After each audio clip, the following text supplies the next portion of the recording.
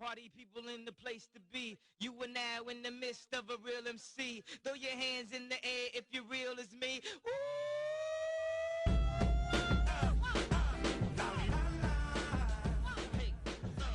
La, la, la. But Yo, what up it's with your it? boy Antoine the Source. It's knowledge, man. This is Unspoken Conversation. Man, shout out to Flim and Dunny, man. Hey, you know, Mom Dukes, man, we praying for you, man. You gonna make it. We good, man. And, we just wanted to basically, shout out to our two brethren that couldn't be here. This the first cold day of the year. People got obligations. Gotta make that chili. You know what I'm saying? Make that fire. Man, it's episode 61, man, and we got a special guest in the building, hailing out of Naptown, a.k.a. Indianapolis. My man Jeff Williams in the building. Hey, what's good, man? Thank y'all for having me on the show. Man, thank you for sliding by, man. Already, Absolutely. man. It's always good to get different perspective in here. We always try to get a wide range of, different guests in here. And, we brought somebody in who I feel like got a little bit of a perspective on things that we don't touch on enough in the culture. That's real. A STEM, he's basically a STEM initiative initiator. I feel like it's not a real term that you can actually like hang your hat on, but I like to call them initiators because it's all about basically giving people awareness and that first touch of the real STEM world. And so, my man Jeff, man, just basically, first of all, appreciate you pulling up on us today. Absolutely, man. Let the people know a little bit about yourself, man. Yeah, man. Born and raised in that far east side. You'll see that Indianapolis is just like any other major city in America. Whole bunch of black folks, right? Whole bunch of diversity, but everybody operating in silos, just trying to figure it out. Background Indiana University. Okay. Alpha Phi Alpha. Oh, there's a lot of red in the building. That's the real spot. Yeah, Indiana. Yeah. Not Alpha Phi Alpha. No, Yeah. for Kappa, what I'm saying is, so he went Alpha. I So know. you know what I'm Like, saying? How they right, get right. that? How they Based get you on to our do that? history and enemy, our founders was approached by y'all founders at Howard, at y'all founding spot, and you go to IU become an alpha? How Hey, that look, work? it's a whole bunch of history Respect. perspective. It's two sides to that story. Especially at Indianapolis, What? Okay. Indiana, especially with one of y'all founders being from there and going to Howard, Beta chapter. Alpha Hey, Phi I'm not Greek. It's all good. No, it's all good. I'm joking. I'm a yeah. GDI. You know. What Hey, I'm that's saying? love too. One of my best Already. friends, Dapper Black Blocks, Aaron Barnes. He was president at for A chapter while I was there. It's all love. It's all love for sure. Yeah. Like it's all like now, man. Divine Nine is something just special, man, and it's something that some people will call it the talented 10th. I deny that, but it's it's a strong network that like it's an intangible. Like we got to fight for a bigger cause, basically. Absolutely, man. And like going to Indiana, a PWI is so important. I mean, we got our little beats internally, but we step in those classrooms, 400 people, Right. and it's just one to three of us. I was actually telling somebody that because they were getting the perspective on. They wanted to know exactly how it was at a PWI amongst the black people. I was like, to be honest, it's like you become tighter with the people that are there because you almost create your little your little community within itself. Yeah, you know? right. Yep. Y'all know where to go for certain things. The upperclassmen pass down, this Heck yeah. knowledge like, hey, this who you need to go to get your hair cut. This who you need to go to get this, da. And also, man, if you just need to navigate, Right. you got to think you somewhere where you're outnumbered 10 times, fold. How do you matriculate through that? Especially when you coming from like the hood, the mud, even some of the black folks that, like myself that had this mud and then the burbs. Mm-hmm. Then you go to school, all your people are not there. So like you're starting from scratch for the most part, Right. even if you go to a big school like that. So That's a real thing. Now, don't get it twisted. Now he talking about just the state school. Naptown got two other options: Notre Dame and Purdue. Right? Yeah. No, it's like what 45 minutes each way. So Indiana, like IU is 50 minutes south, 45, 50 minutes south of that. Then you got like 55 to an hour. Purdue is northwest of that. And then Notre Dame is in South Bend, which is about 2. It's actually closer to Chicago Okay. Indianapolis. Okay. That okay. tripped me out when I went to Notre Dame and Yeah. it was in the middle of a cornfield, man. Yeah. Like, Yeah. I was Literally? like, it ain't It's not- shit out here. You No, know, it's up you know there. the visual that they show. It's more stuff now, but when I went back in 07, Well, I mean, I always thought that it sit like like you go to like Boston. You Yeah, been down to Boston, and you know how it just how urban it is. it's out. It's out there. Wow. Yeah. Wow. Yeah, South Bend is kind of like Bloomington, which is Indiana. Like, it's the university, and Yeah. everything kind of evolves around the university. Okay. Yeah. Man, But- yeah. You know, it's the story of going to PWI as a black man. you know? Exactly. Yeah, so it's all love there. But since then I've been in sales and I've navigated my way into technology. Primarily now I'm into consumer behavior, sales analytics. Insights. Yep. Consumer insights. It's all about them insights. Getting into your mindset. Absolutely. You Hey. know, I feel like that's a hidden topic and subject, for us. So we want to delve into that. First of all, I always want to ask, and I wanted to start getting into this initiative anytime we have somebody on who has a passion. When did you fall in love with technology? Man, that's actually a great question. And outside of work, that's a part of my purpose really is to highlight and like expose our community to those opportunities in technology. So we can talk about that a little later. But for me, funny enough, I say early on, I was blessed. I went to like one of the like gifted schools, elementary Yeah. schools, public schools, but it was like where you had to apply. You got and then exposure. primarily- Yeah, so it was actually we had Mac computers. Like Oh, I yeah, was y'all typing, eating I was over there. typing in elementary school, but when I started to actually like dive further into technology, it's probably around the AOL AIM when we started doing like all like the chat rooms and Yep. stuff. Mm. And Black Planet, Black Planet. it It made a man you. of a lot of guys. That's It what you did.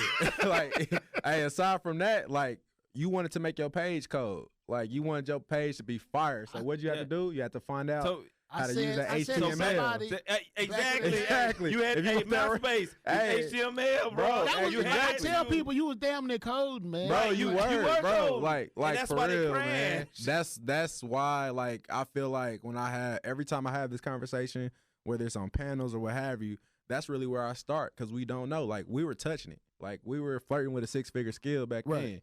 Like, shit, I wanted raindrops to fall on my page if I was gonna play that Bro. SWV or something. Hey, the playlist. Ooh, I put that on my Insta story yesterday while you playing. Hey, Yeah, dude yeah. got an interesting story, and sometimes I be like, should I hit it? Should I Yeah. not? All right. Should I hit it? And then one times I hit it, I'm like, oh. Yeah. But it was a good concept because it was a beautiful. It really was a beautiful Hey, day man, you know, I yesterday. had to Yeah. I had to get my feels a little bit. Yeah, But Hey, yeah, man. So we was touching it, like you said, man. A Yeah. 6-figure skill that we kind of let fall through our fingertips. Right. And I think it's because we got that and we got Black Planet and we're looking at it from just the social benefits, right? But then we go to school and you got your IT rotation, your technology rotation, and you cannot connect with the curriculum at all. Right. And so if you they're not meeting the students, especially if you go to like a predominantly black school, like that book, it's not even talking like how we talk when we go Right. home, Yep. right? And I'm like, it's already intimidating because you're talking about technology and it's literally a different language. Exactly. So let alone not only is it a different language, then the pictures that you see you can't connect with. What if there were J's in the book? Right. what if it was like, all right, learn how to like code your Black Planet page to make your favorite song play. Meeting your audience halfway. Hey, and Right. honestly, I didn't know about just Hello World, coding Hello World until I got into the working industry. Right. And and they teach that in every language how to that's just the basic steps. You wanna code Hello World. This how you do it. Here's the steps. yeah. You know. Yeah, but that's honestly, that was my first thing, and I think it took me to get back around to it in college. That's when I started to like kind of see it Yeah. more like in full in adult form. Right. And I think it's because you started to add like real life context to, how effective usage of it can pretty much make something even greater. Because I always say, even somebody, like you ever see somebody on social media, like their Instagram page just lit. Like, Yeah. Or the YouTuber, like, because YouTubing is a real genre right now. People are making a killing off of it. And you see somebody's growth in just the technology and their use of making technology work for you. Right. And so it's pretty much in our real life, day-to-day life, even if we're not aware of it. because I always see, you know, look at somebody that's doing a PowerPoint basically to sell something, or somebody that's working to get their website up, and so they standing over the shoulder telling this person how to design it. And so I feel like, okay, if we just went a little deeper, how does she get this drop down? You know what I mean? Like, what is the language behind it? And I feel like a lot of times we'll rather just, cut the corners and make it look cool without finding out how it became cool. You know what I'm saying? That's real. But you know what? I think naturally though, Black people, we've had to be like creative. Like whatever we got, what people give us, like we've had to find a way to make it work. And I think how you translate that back into, technology, maybe we don't go deeper, but we focus specifically on that space, and that's UI, UX. Yep. That user interface and that user experience, right? Like designing a Nike app page. Right. Like, because we interacting with it all the time. So it's like, man, how many ideas do we have about how to make this work a little more, especially if we're the number one user of it. Right. So that is a smooth transition into technology without having to go too deep where you're starting to talk about the coding. Right. Because it's like really pretty much just preface it. Just give them a little bit of it. Because the consumer, how exactly, like when people use it, they wonder like, how does my Explore page work? Like how do they know exactly what my interests are? You just think stuff pops up after you search something. It's like it's algorithms, but it's also the data that lets them know how can I reach you. Exactly. It's like understanding the data will understand how people sell you. And you say you spoke to being in sales, and everybody uses it, from rap artists to business owners to people who are trying to do their podcast. Yep, and you got a good point when you say we. That's how I think IT has got bigger, because we was the biggest consumers and users, but we haven't found the time to explain to the users what are they actually using. They see the UI UX of it and they know, but they don't even understand the steps of what they're doing. I guess that's how I say it. They know what they're doing, but they don't understand this step to be where these are transitional skills into a job that you're working right now. As simple as Excel. Absolutely. As simple as just understand this is a field. Yeah. This is just a field, and this is a data type of a field. Bruh, and Excel, speaking of Excel, I mean, I went to Indiana University. I graduated from their business school, top 5 public business school, and that was the most important thing that I learned there. Like, that's the one thing that I've had to utilize throughout my entire life, career, is Excel. Right. And if you can just do that, well. That, and then you can kind of start with VLOOKUPs, and then how do you hone in on exact data, or you start querying, using SQL. It's just basically, how can I find the data I need to find out how to forecast and how to allocate resources, whatever it might be in whatever field. I need to know how many people I need to reach. How many shirts do I need? Yeah. How many people like my black shirts versus the red ones? Hey, that's real, man. And what's crazy is it's funny because you said that, like, the musicians, the artists, like Brent Fayez, the dude who was singing on that Crew song, which is so fire. Yeah. Okay. Shout out to Trust. Yeah. My banger. There we go. Yeah.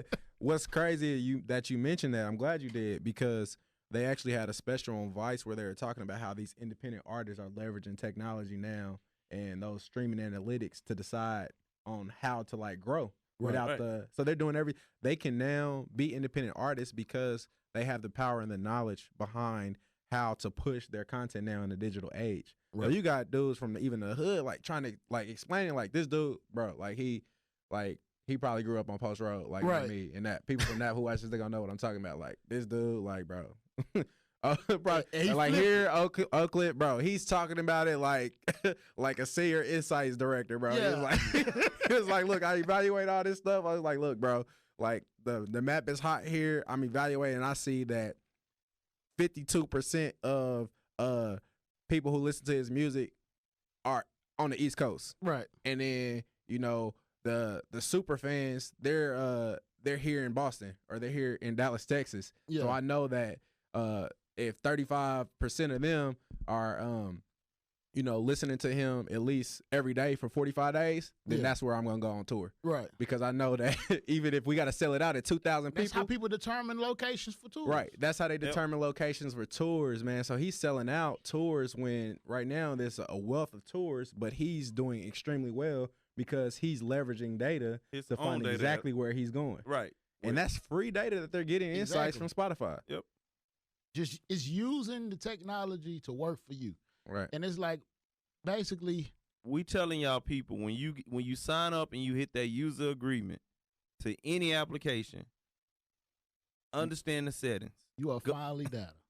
Yes, you are data, and be mindful. Understand what a unique ID. Anything you got an app, you got a unique ID. You got a unique ID. So even when you saying you deleting that app, you have that unique ID, The and impression they have is that on you. already Impression is already The there. insight is Bro. already there. Bro, data is the new oil, man. So just Yep. as much as we got to It understand is what we surpass giving, oil. bro, we have to protect ours, especially like black and like minorities, specifically us, because we keep on talking about, everybody's talking about in the news about how we the culture and how we push everything forward. So whose data are they using to drive culture? Ours. and It's they ours, and we giving it away for free. right, and they making look a at killing. Popeyes. Yeah. Look at Popeyes. As We simple. we ran Popeyes out of business. Think of that, Like- man. Like they got spicy chickens on we back done made- the order. power of social media and the impressions that we created, the hashtags. The way we interact. what's They gonna- created let's- hashtags because of us. Let's hit them let's hit people in their gut. We done made a lot of private companies, small apps go public and break records at IPO. Due to our impressions. Our impressions and data. Let's break it down for them, like why we can say that when we know that we're only 14% of the population. Right.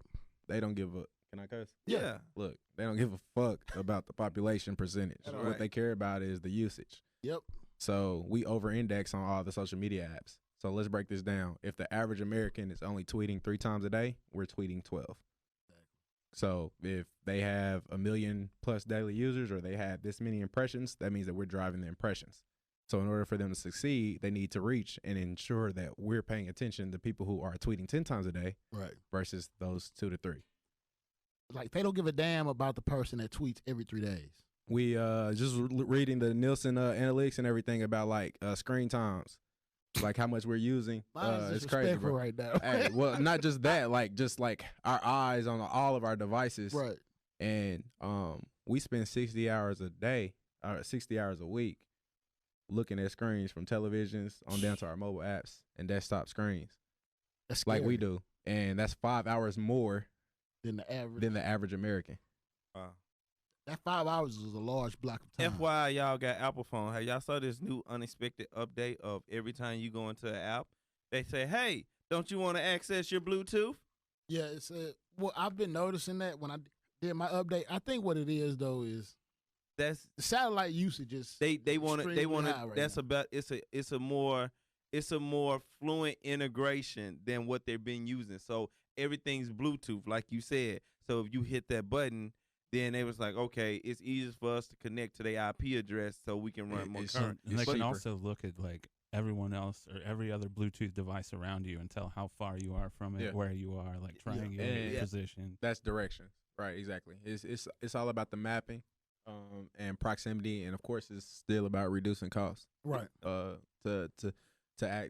get that access.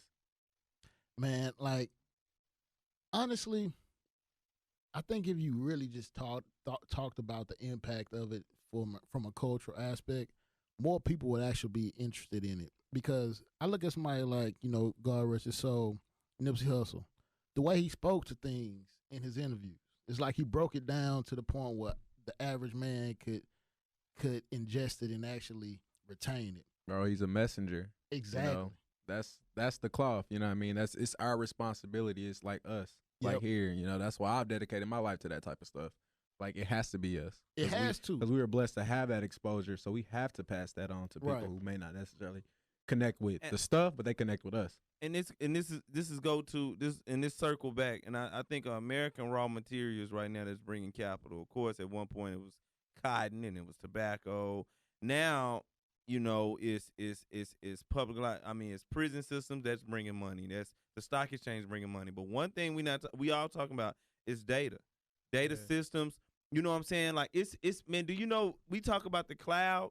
Yes, the cloud, but the cloud is stored in these data systems in the middle of Pobunk, Texas, somewhere, surrounded around hundreds of acres you can't get to. However, yeah. Also, we got small towns that we can put call centers in that can teach them basic technology skills on servicing. You know, I come from a small town, Pine Bluff. Do you know one of they highest skill sets is cutting the head of a chicken out because Tyson's chicken there.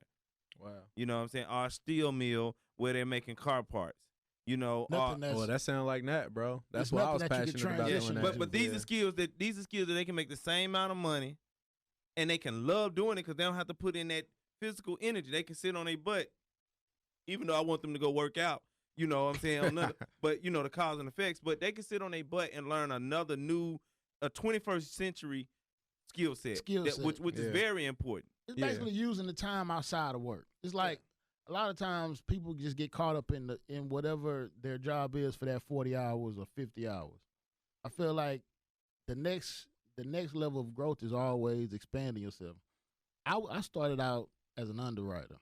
I literally taught myself. Bro, you taught me. But you want to know what's funny? You taught me the game. I taught myself how to transition into IT as a BA from YouTube and just ingesting what I took because I had to work projects with people. I'm like, what does he do? I asked myself that one day. Hey, man, shout out to YouTube University.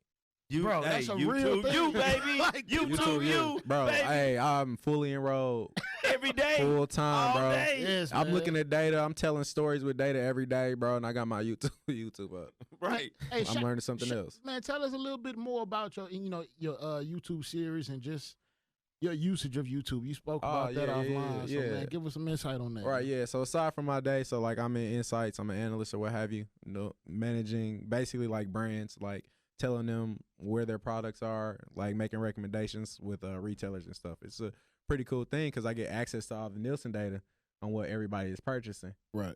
So I can better understand like those habits and the emergence of psychographics. Okay. So, and we can talk about that a little more. But outside of that, I really am focused on exposing our community to opportunities in tech and then also educating them. So I do that two ways. So back in my hometown, I'm a co-founder of a social enterprise with my cousin where we expose people to opportunities in technology. We focus on getting them skills and getting them connected to like the boot camps, but then also helping minority-owned businesses get funding for their startups and educating founders on technology and leveraging technology to grow their skills. Because, yeah, you might have a Mac. You might have, like, some products that you want to push, but, all right, maybe it's T-shirts. Okay, have you thought about drop shipping? Have you thought about turning this and making it more efficient? Because your challenges with selling T-shirts. How can we automate this and you leverage tech to grow this from being just, a front-end thing? Manual.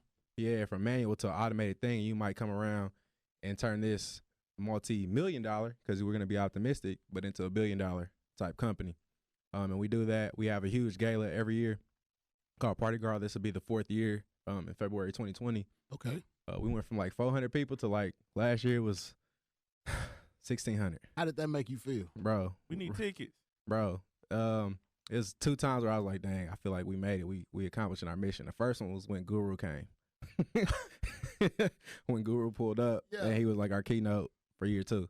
And then last year, y'all don't know who Guru is, man. That's the man behind the sound with Jay. Guru, you a genius, right? Yeah, exactly. You a genius, right? Exactly, because he understood the mission and educating and informing the culture of opportunities in tech. Because he does it, he teaches kids coding through DJing. I didn't know that. That's what's crazy. Up, man. Yeah. So that, and then looking at pictures last year as we were on stage and they was about to play Swag Surf, and I can remember what that room looked like. It was at the JW. What that room looked like when it was just 400 people in there. Right. And then I was like, man, I can't see the ground. I can't see the ground. It was overwhelming. When is it again? It's I can't say the specific day yet. February 2020. But it's February 2020. And that might be something we need to move out there for, man. Because it got so big, man. We're doing a week this year because we had so many different activations. But the key thing is the proceeds from that gala, we actually give that back to black founders of dope. companies. So we do a pitch competition. So the next few months when we announce it, people will apply to be a part of our pitch competition. Then the Thursday before that, the gala week, they'll pitch in front of the tech community, judges, public and private sector, and the community, and they'll vote. They'll tally up the votes, and then the top 3 get prize money as well as resources from some of our partners like Microsoft. And we announce that at the gala, and then we just go up. So this year we anticipate it's going to be over 2,500 people. Like, I mean, we get dang near 2 million. I think we got like 2.4 million impressions last year. Yeah. So it's becoming that. But what I love about it is we met people halfway. You know, Yeah, like where it's can for we the find gala. this information at again? We like to party, PARDI.com. Okay. And then Y'all also hear that's that? our Instagram as well. We like to party. Okay. And because it's at the end, at the core, like we just love to party with a purpose, right? Right. Like we love to party, but then if you know that at the end of it, the money that you're giving is going back into causes that you like, you're going to be more inclined to do it. Right. And women love to dress up. And if you can Guys- do those two things, the guy's going to follow. And guys love to have that one drip photo. That you know, one drip photo. with the formal fit. Yeah. With that maroon on, you know what I'm saying? You Yeah. had that maroon. Yeah, I had to Right. bring the Yeah, maroon out right, for New right. Year's. I couldn't It's wait to been drop rocking that. all Yeah. season. I've been seeing it for high school homecoming. Right. And I don't want to like manipulate people in that way. But the idea is, man, look, we giving you this sauce, we giving you this opportunity to party, but it's really to inform the community about these opportunities. And that's the core of the mission. That's why this year we're doing a week. It's a huge announcement that's going to come along with that. But each week we're going to be partnering with various people within the community to talk about, and then also have workshops. And we're doing a day conference called Disrupt Indie, where it's really focused on supporting entrepreneurs and those that are thinking about entrepreneurship, informing them of how to get funded, as well as leveraging technology to grow and scale their businesses. Man, what I want to first of all commend you on is I feel like with you coming from the Midwest, Yeah. I feel like the Midwest, in a way, is people sleep on the effectiveness. Sleep and that. That's why we go by Yeah. that. Hey, for real though.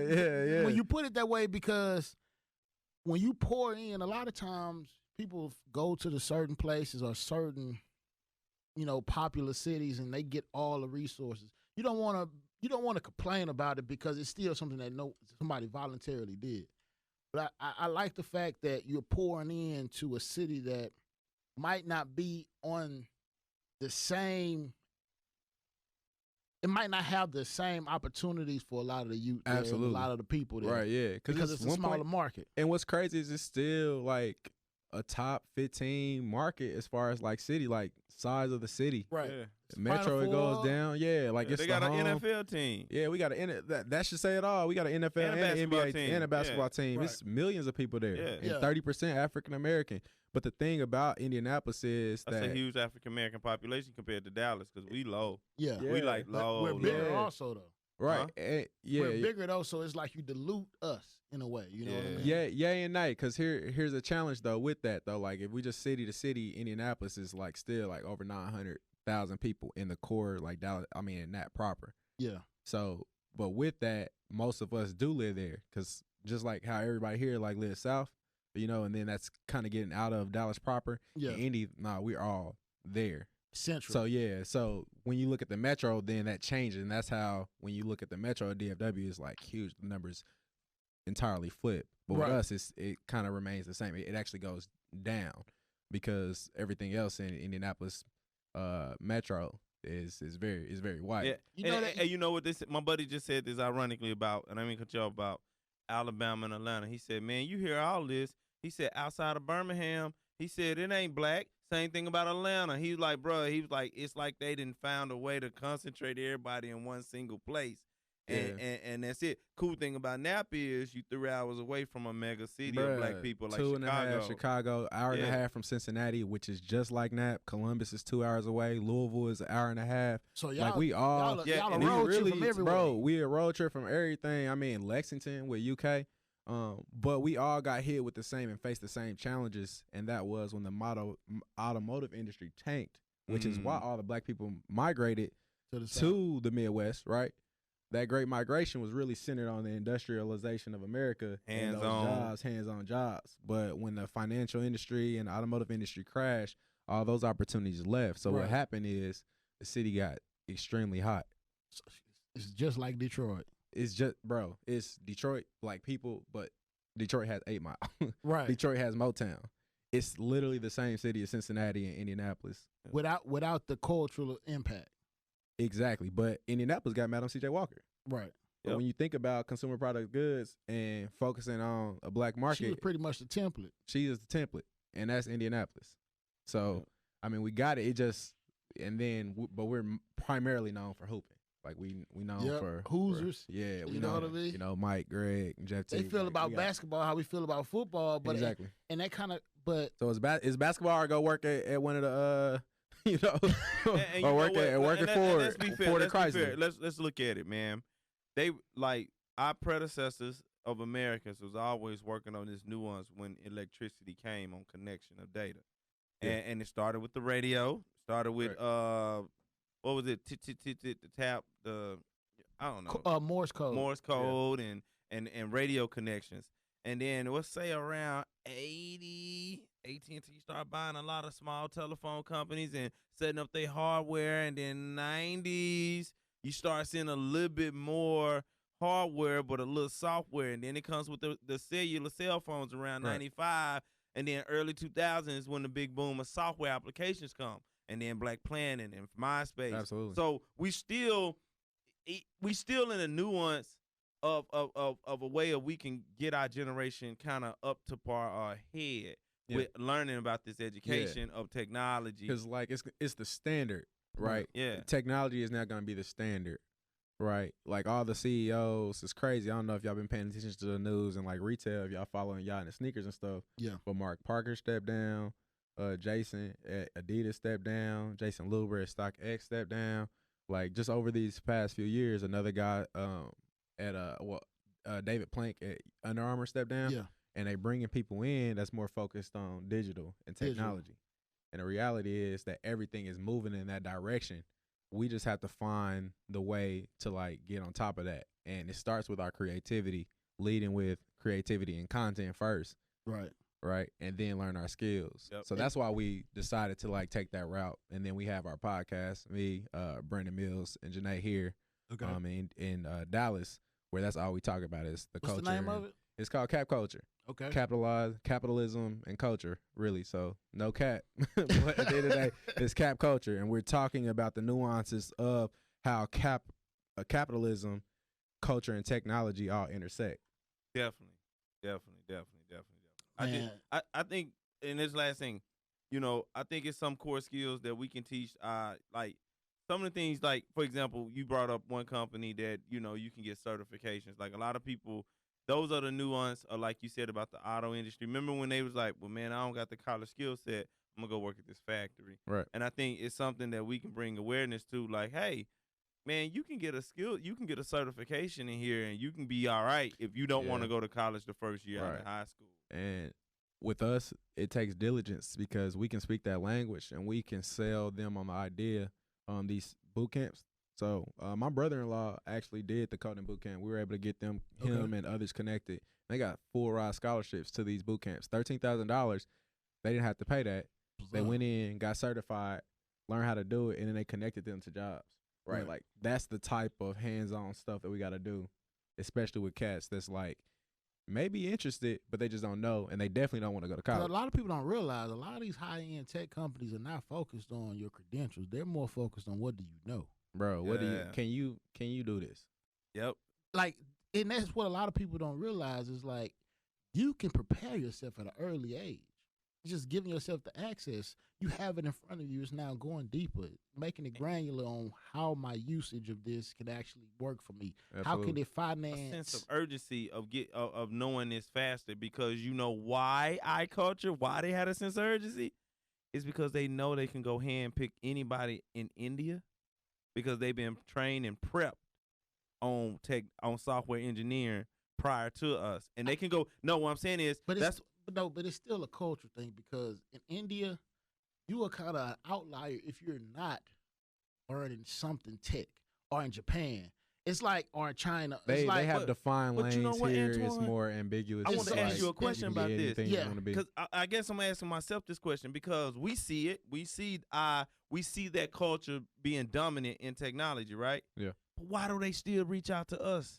It's something about us that they they still don't need. No, they reach out to us to consume and let them know what's cool. They don't reach out to us for the opportunity. Yeah, I think it's that, but it's going back to the fact that at the end of the day, intellectual property and celebrity are the number one exports in America. And if we're driving culture, and It they still need brings that, a value it still to it. brings In us some any value to it. any it's just like technology. It's a Right. disruptive. You have to bring in the salt and pepper if you got a steak with the Right. salt and pepper. Yeah, I mean, even just like at that level, right? But if you understand that, that's natural to us, right? That's the natural part. Right. So just like the little educational part, like learn it, like imagine what we can do. Yeah. Yeah. Like if we just learn just some of these skills. Really, because we learn what we want to learn. Everybody. Yeah. That's human nature. right. It's just, but now it's basically making it acceptable for you to learn this. Yeah, it's like working on. on cars growing up. Like everybody know how that look. We know how to change our oil. We know how to check engine. If the check engine light, Yeah. we know how to go through this. How can I keep my car on the So road? this when you How can I come keep in my and- computer or this- my iPhone up? So this is Exactly. another It's the same thing. another thing about tech is people need to understand it's a functional and a technical side of tech. Even though it's a broad umbrella, but under it, That's the key right there. and Antoine was just alluding to it's a process to it. You have to understand the process. Yeah. You have to understand the steps of what you're doing to make sure it's gonna be better. And that's one thing. And honestly, Antoine has always been on. When I met Antoine, Back in 2012. 12, you know what I'm saying? He was always on. I like, man, what's the next thing? This what we on. Then he was like, man, you need to get in BA. I'm like, what's BA, man? Like Yeah. business analyst, you need to learn. He was like, you need to learn agile. You need to learn what sprints is. You understand what backlogs. You need to understand user stories. Like this was Right. all Every company needs it. I Yeah, always say yeah, it yeah. because you're the bridge between IT and the business. Right, man. You're the bit like there's somebody that's using it for that company to actually move forward and make itself finances. Then you have IT. Everybody knows a lot of IT people. They're very niche. They don't like to deal with you, or they're not going to dumb Yeah. themselves down. I mean, it's that, and then it's just like they learn processes and procedures, Right. right? So they need somebody that got a little flavor exactly. that understands that side, that can Yeah. communicate. Because like me, like right now, it's like all about on the right hand, it's not IT, it's literally the data itself. Right. And then I got a salesperson that want to sell these products. So I got to connect that product to a story that's driven by data in order to help that salesperson go. And they don't want to deal with the data. I can build all these reports I want to. They're not going to pay attention to it. Right. So, I got to talk to them in a way that they can do and give them some key points. Yeah. But that's a valuable, and that's not going anywhere. Exactly. Right. And that's more, like to your point, that's more functional than it is, I say, very technical. Technical, because a lot of people, most places that have BAs, they have a team. So Yeah. you have the people that are strong functionally, and you have the people that are strong technically. Yeah. Because it's like the functional person is the person that can get the requirements, assess the requirements, ask the probing questions, learn the processes, and actually map that data. Right. That technical person is the person that actually is good at effectively communicating with the IT side. They're a person you can hand off some things to. And it's like all you're doing is basically building your base of, I feel like everybody has the ability to learn something quickly.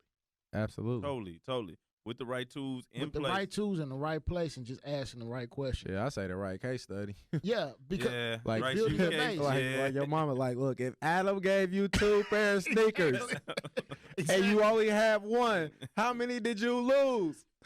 that's Right. honestly, it's basic connectivity to common sense. Regardless, and you got a good point. I don't care if it's a code written across the whole board. They still trying to simplify it to the common person. And you just got to have them right tools and right people around you, right So break resources. it down. Yeah, and sometimes I find myself, and I think this is why I sense the urgency of what you're doing is we find ourselves in a room that not necessarily the other our peers are being racist, is they see the value in the information, like people see the value in a Yeah. dollar of money, that they feel like I need to get this to my people first before I'm gonna I can move get, forward with it. They move forward with it. They take the baton. It's like we get exposure to it. Like I'm not talking about us. I'm talking about other cultures. Yeah, They get yeah, yeah, exposure yeah. to it and, And they they- just run with it. next and steps. and they'll keep it in. It's like it's not like we don't have in this day and age. It's not like we don't have access to. It might not be as much, but you have access to some type of exposure to a lot of this stuff. Totally. It's just knowing that it exists. It's just connecting the dots. Yeah, like you stepped in a room and it's like, man, it's all these tools in here. Right. Which one do I pick up? Right. What do I even need them for? Right. So like if you didn't grow up in that, it's Right. very like that's where we coming from. Like Right. we just weren't exposed to it. You know what I mean? Like, but if we were, or the sooner the better. Right. Exactly. Because we've always been able to make something great with just a quick exposure to it. Right. We gravitated to making everything better. We've enhanced everything we've touched after we've gotten access to it. So why not IT? Yep. And some simple things that we can do and not too technical is this. We need to show after the UI UX, after you hit the like button, after you register, where we need to teach them where does it go. Right. So you can see the end result. So cause once you see I think once our culture see, oh, when I do this, all my information signed to this one ID. Yep. And this company get 1 million IDs, and they can go to another company and be like, hey, I sell you this 5 cents on $1, and it may be 5 million IDs. Bruh. That's when you Why do you think you get those random ass ads when you Right. Bro, And you your got a Twitter form. is filled with Magnum and Exactly. and Wick products. Right. Yeah, exactly. Where you think that came from? I have been seeing Magnum on my goddamn timeline. They- I don't even use Magnums. Man. Look, that's crazy. Hey, look, that's He's really how it 32-year-old male, single, no kids. The motherfuckers use I'm really- contraceptives. I really want to, and I mean, I'm pretty sure it's out there, and I had a time. I want to see, like, I don't really still understand, like, how the connectivity of you hit something from another site, it automatically come on your timeline or something else, even though it's just something random. So the connection between an IP address or your cell phone, SID number or something. I kind of want to just kind of understand that, but that's something later that we can kind of like talk about. But I like, think it's about us not closing down tabs and stuff like that. I think it's talking okay, when we're not okay. closing our apps, and I think that just my theory. I think that That totally makes sense. the Apple and the softwares and stuff, that's like a value add because it's able Mm. to connect that. Because especially if everything is masked, they're indirectly still protecting our data, but they're saying if they're doing this and this is still up on this tab. Yeah, the only way you Then it can can- remove it is close your tab. That's yeah, a good way to put it. going back through the cookies and stuff. It makes a lot of sense though, because when people try to clear their history, you still don't clear the cookies. Yeah, So it's like, so you remember when you were like watching porn or some shit that you ain't had no business, then you'll try to go and clear the shit on the history, but then you'll still have a goddamn like ad come up out of nowhere. You like, how the fuck Whoa, did? mama, what you- man. That was the cookies. That was pretty Yeah. much it had pretty much stained your computer memory. You know what I'm Exactly. saying? Like, Exactly. That's back when it was working. Now you can, man. And I was nervous because, like, you know, sometimes you be on Twitter at work and all that porn on Twitter be like, popping oh, up. shit. But it finally found out it don't work the same. It don't work the same way. I was like, bro, I would have been fired thrice over. been it. that I boy. just, You just I'm wanna just, hit that I'm boy. just trying to keep up with what all the CEOs for these CPG companies is doing. That's the only reason I Bro. got Twitter. I'm already telling my story. Dude. I'm like, look, man, I was just scrolling. I It's just, a I was scary not trying sight to. these days. Hey, man. scary So, out. Catch man, you I want to know slipping. a question. What brought you to Dallas? I know we talked about Indianapolis. We talked about now. I know, like, what brought you to Dallas? Man, strategic. Like Smart. Dallas is a top 10 media market. Yep. Dallas is a top market for African Americans. I saw the opportunity here. Yep. And I had a job offer from Kraft, which I actually used to work and do like sales. I was customer business manager at Kraft. Okay. And when they offered me the job, they was like, "Damn, you tight, bro." They was like, "We got 3 cities for you: Cincinnati." And I was living in Cincinnati at Yeah. the time. You had Jackson, and then in the Gulf Coast or whatever. Yeah, And then you had Dallas. I know Dallas. I had man. already That wrote was- Dallas. Look, it was Houston, Dallas, Charlotte. I was looking to go. You did right coming to Dallas. Yeah, I was right. I made a list. I was like, bro, all right, I done did everything I need to do in the Midwest. I need to get out of the Midwest and then, you know, build and then just pour it back into my hometown. That was my plan. That's all along. So that's what I was working through in 2015. And then that offer came and I was like, it's time to go to The Texas. universe, man. Is Yeah, real. man. Look, spoke some things into the air and they appeared. Yeah, man. Nipsey Shout out. said it. Shout out to Nip.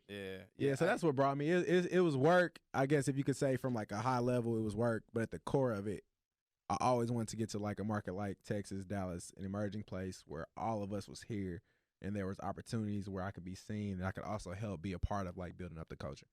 So speaking on your getting here, how did you integrate into Dallas? Like, how was that? Because with so many people moving to new places and so many transplants being here in Dallas, and I know we spoke. Like, I've gotten a lot of transplants that have actually spoken to us as being fans, not really fans, but listeners. Yeah. So, how did you integrate into Dallas? Yeah, and one thing I can say,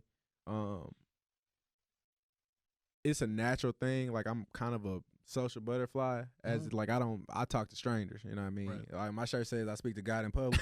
Like I do the same with strangers. Like I'll talk to anybody. So that's how it started. Okay. So number one, I had been it was a dinner series that was going around, and it was called Family Dinner. Okay. And it was going across the nation, where they were basically, it was literally meant to connect transplants who were away from home to this vision. And I was so interconnected in Chicago. I had went to Chicago before and went to some other cities. I love those like social movements that Right. like young black folks from college and everything was starting to create. So I saw that they was coming to Dallas a week after I got there. So that was the first touch point Okay. and how I started meeting people. And then I had moved to Deep Ellum and I was just kicking it. I went to a shop because like I'm into fashion, I'm into like sneaker culture and all that. So I went to a shop that was there and I just was talking to strangers, and a dude, he put me in a group me. He put me in a group chat. His name Gabe. Shout out to Gabe. Shout out to Gabe. Yeah, man. Black Space Media. Like that was the my DJ. connection. Yeah, the DJ, like cameraman, he do everything, man. Like, and he put me in there, and then from there, it's up to me. Yeah, you just got to get into the room. Yeah, you get me in a room, I'm gonna navigate, right? So it was those two things, man. The family dinner. So always leverage our resources with that, and social media makes it a little easier to make those connections based off of interest, and then get in with somebody that's local. Right. I mean, those two things. I can't say this. It's harder for people who are introverts.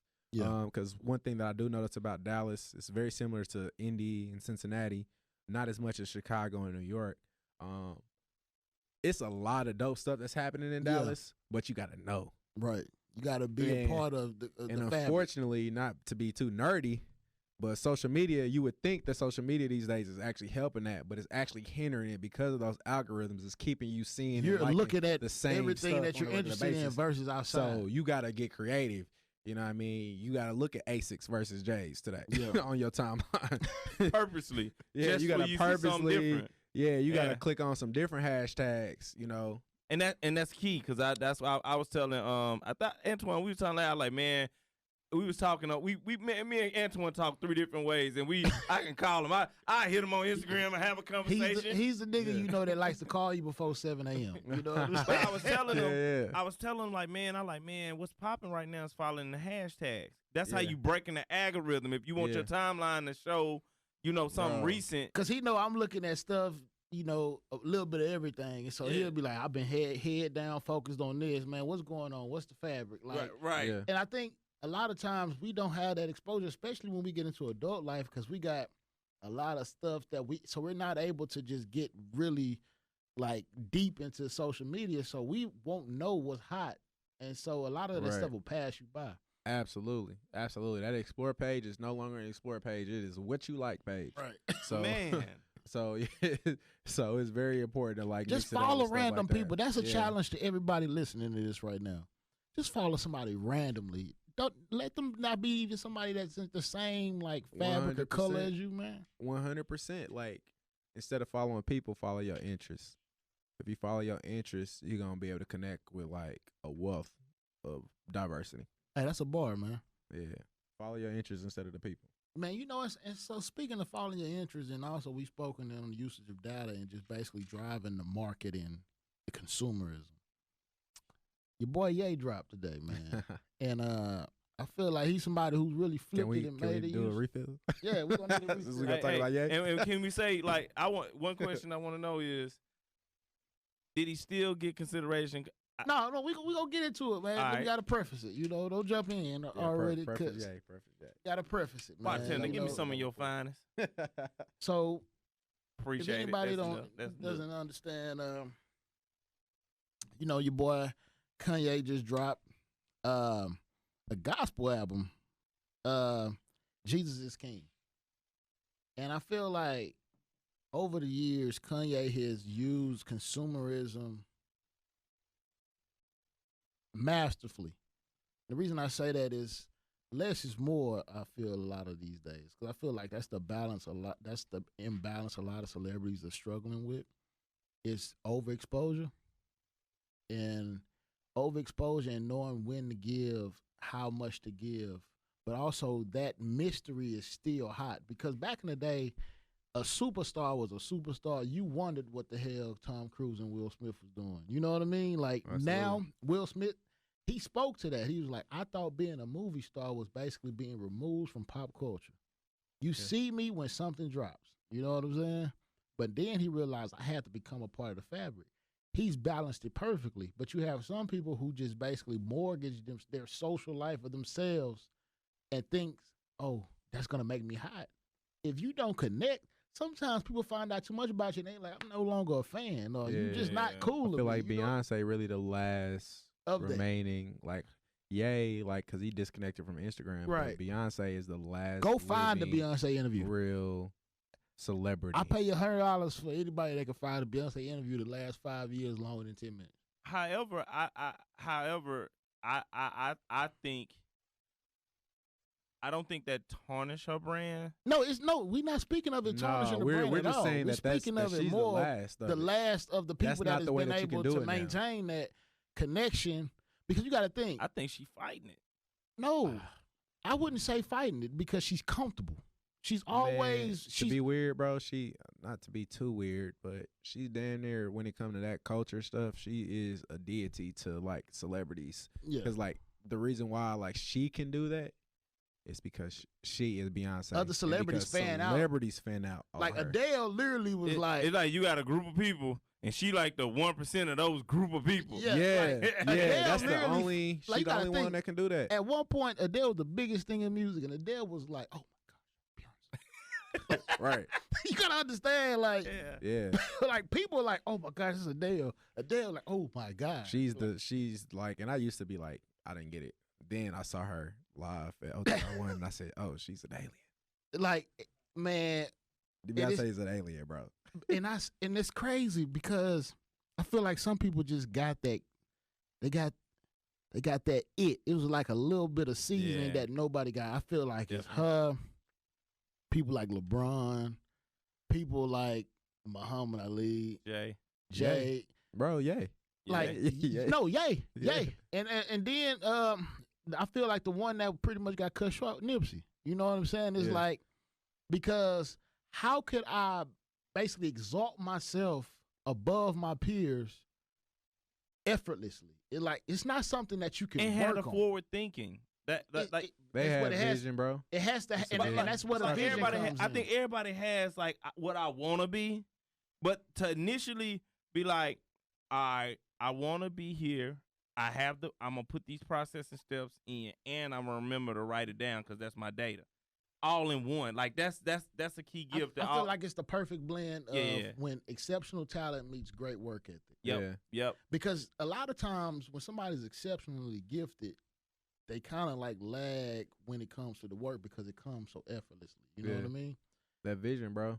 That vision, and I think for a lot of them that we've spoken on, no matter if we agree with their process or anything else, they really believe that they connect to their purpose and a calling.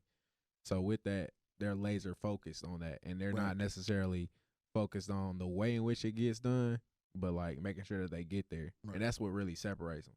Got to be able to adapt to the changes, and because somebody like Ye had kind of lost me, man. Ye didn't lost me these last couple of years. He's hurt my feelings. He hasn't lost me, but he's definitely hurt my feelings. And I feel like, I guess I could say it hurt my feelings. It's more about the fact that it's like, if you listen to early Ye, and it's like, I hate to live in the past with humans.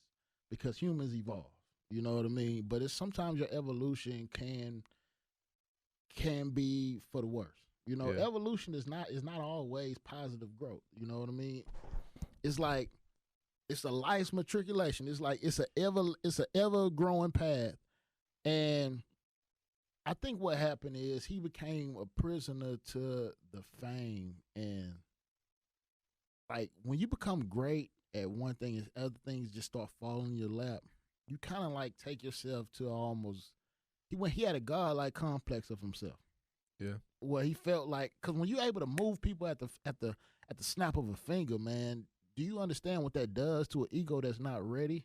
Yeah, and I think those no's that he was getting when he was trying to tap into fashion, and he Right. realized he was still a nigga. Right. Ain't that how he said it? That A envelope, nigga. he was like Like that. you don't know the answers. Wait, that's the interview. But what's crazy He is say, it was so "Now like sway." it was so real though. Like what he like the content was real, but we couldn't The connect with delivery. it because the delivery was trash, and he's talking about fashion at the core.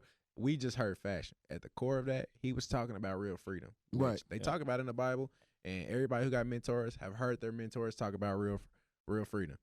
One thing I saw, like one thing, the evolution of Ye, and I always say let Ye be Ye. Ye is the only child. Somewhat I can agree. I'm an only child. One thing I saw, one big thing I saw of Ye is Ye realized, I think after Rockefeller, he thought that his guidance was always going to be Jay. I think that he thought that was his, like, and he, things happen where Jay is not perfect. And he saw that, maybe, what I'm saying, we don't agree with everything. We got to agree to disagree. And he had to grow up, is what I'm getting at. Like, he had to grow up and realize that. I think he grew up, but he also became a peer. You got to think. Right. When I didn't put up numbers, when I put up numbers, it's like, Ooh, when I finally put up numbers and I'm starting to see you eye to eye, I got my 3 rings. Like, how Kawhi feel about LeBron? He might not say it, but I'm like, bro, I'm right there with you. Or KD is like, you come in first. It's like I gotta get over LeBron. Like I'm watching him. How does he move? Like KD worked with LeBron one summer, and then he's like, man, fuck this. Like, bro, I'm better. And I'm my own entity. And that's I'm like my own entity. I'm a And- rival. and that's bro. that You gotta self- see me now. That's that self-actualization, that self-affirmation. It's nothing, and some people, I don't even call it cocky or arrogance. It's something that your human body, Self-realization. self-realization. Like your body, yourself realize like you your own I'm person. enough, bro. You Like, enough. You are one. God put you here for a reason. And You when unique. connected to your calling, bro, and you stop. Like he's talked about it recently. Yeah.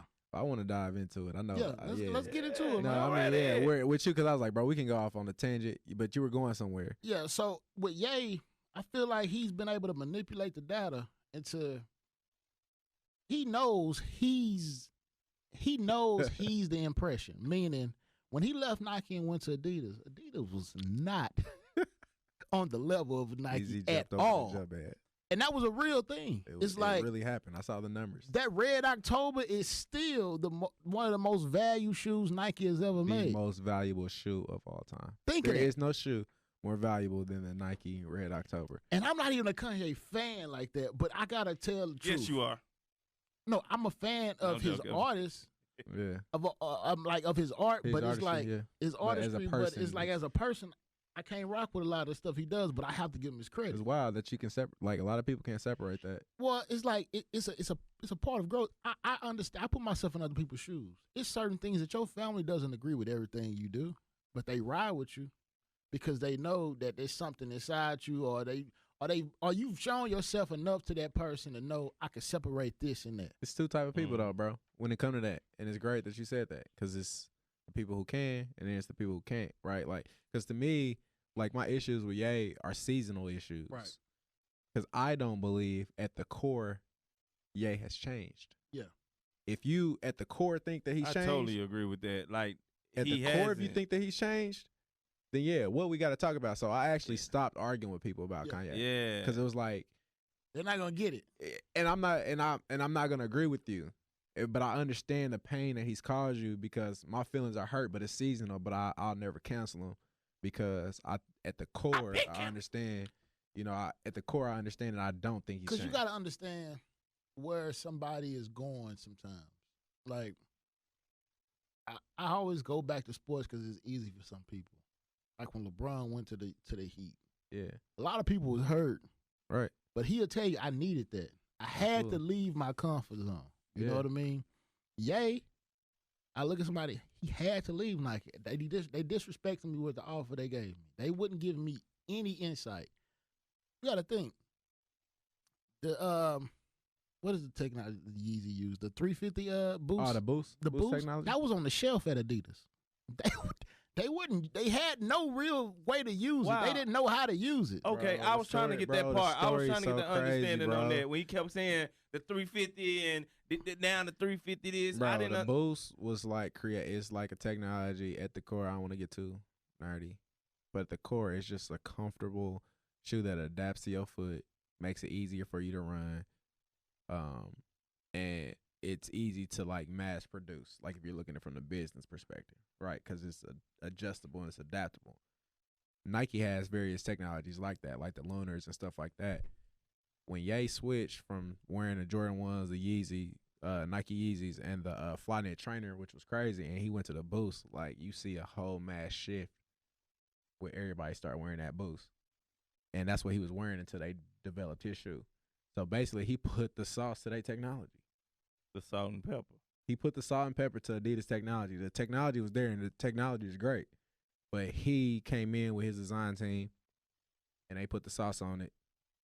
So everybody started wearing the ugly Adidas Boost, which is really just a functional running shoe. Right. And then he came out with the Yeezy, Adidas Yeezy, which now put the the Lowrys, the Lowrys on that boost, that real seasoning, you know, making it cool. the sweet potatoes and macaroni and yams and stuff, making it cool. And what's crazy and nobody is paying attention to, that was also around the same time that clothes started to look differently too. Right.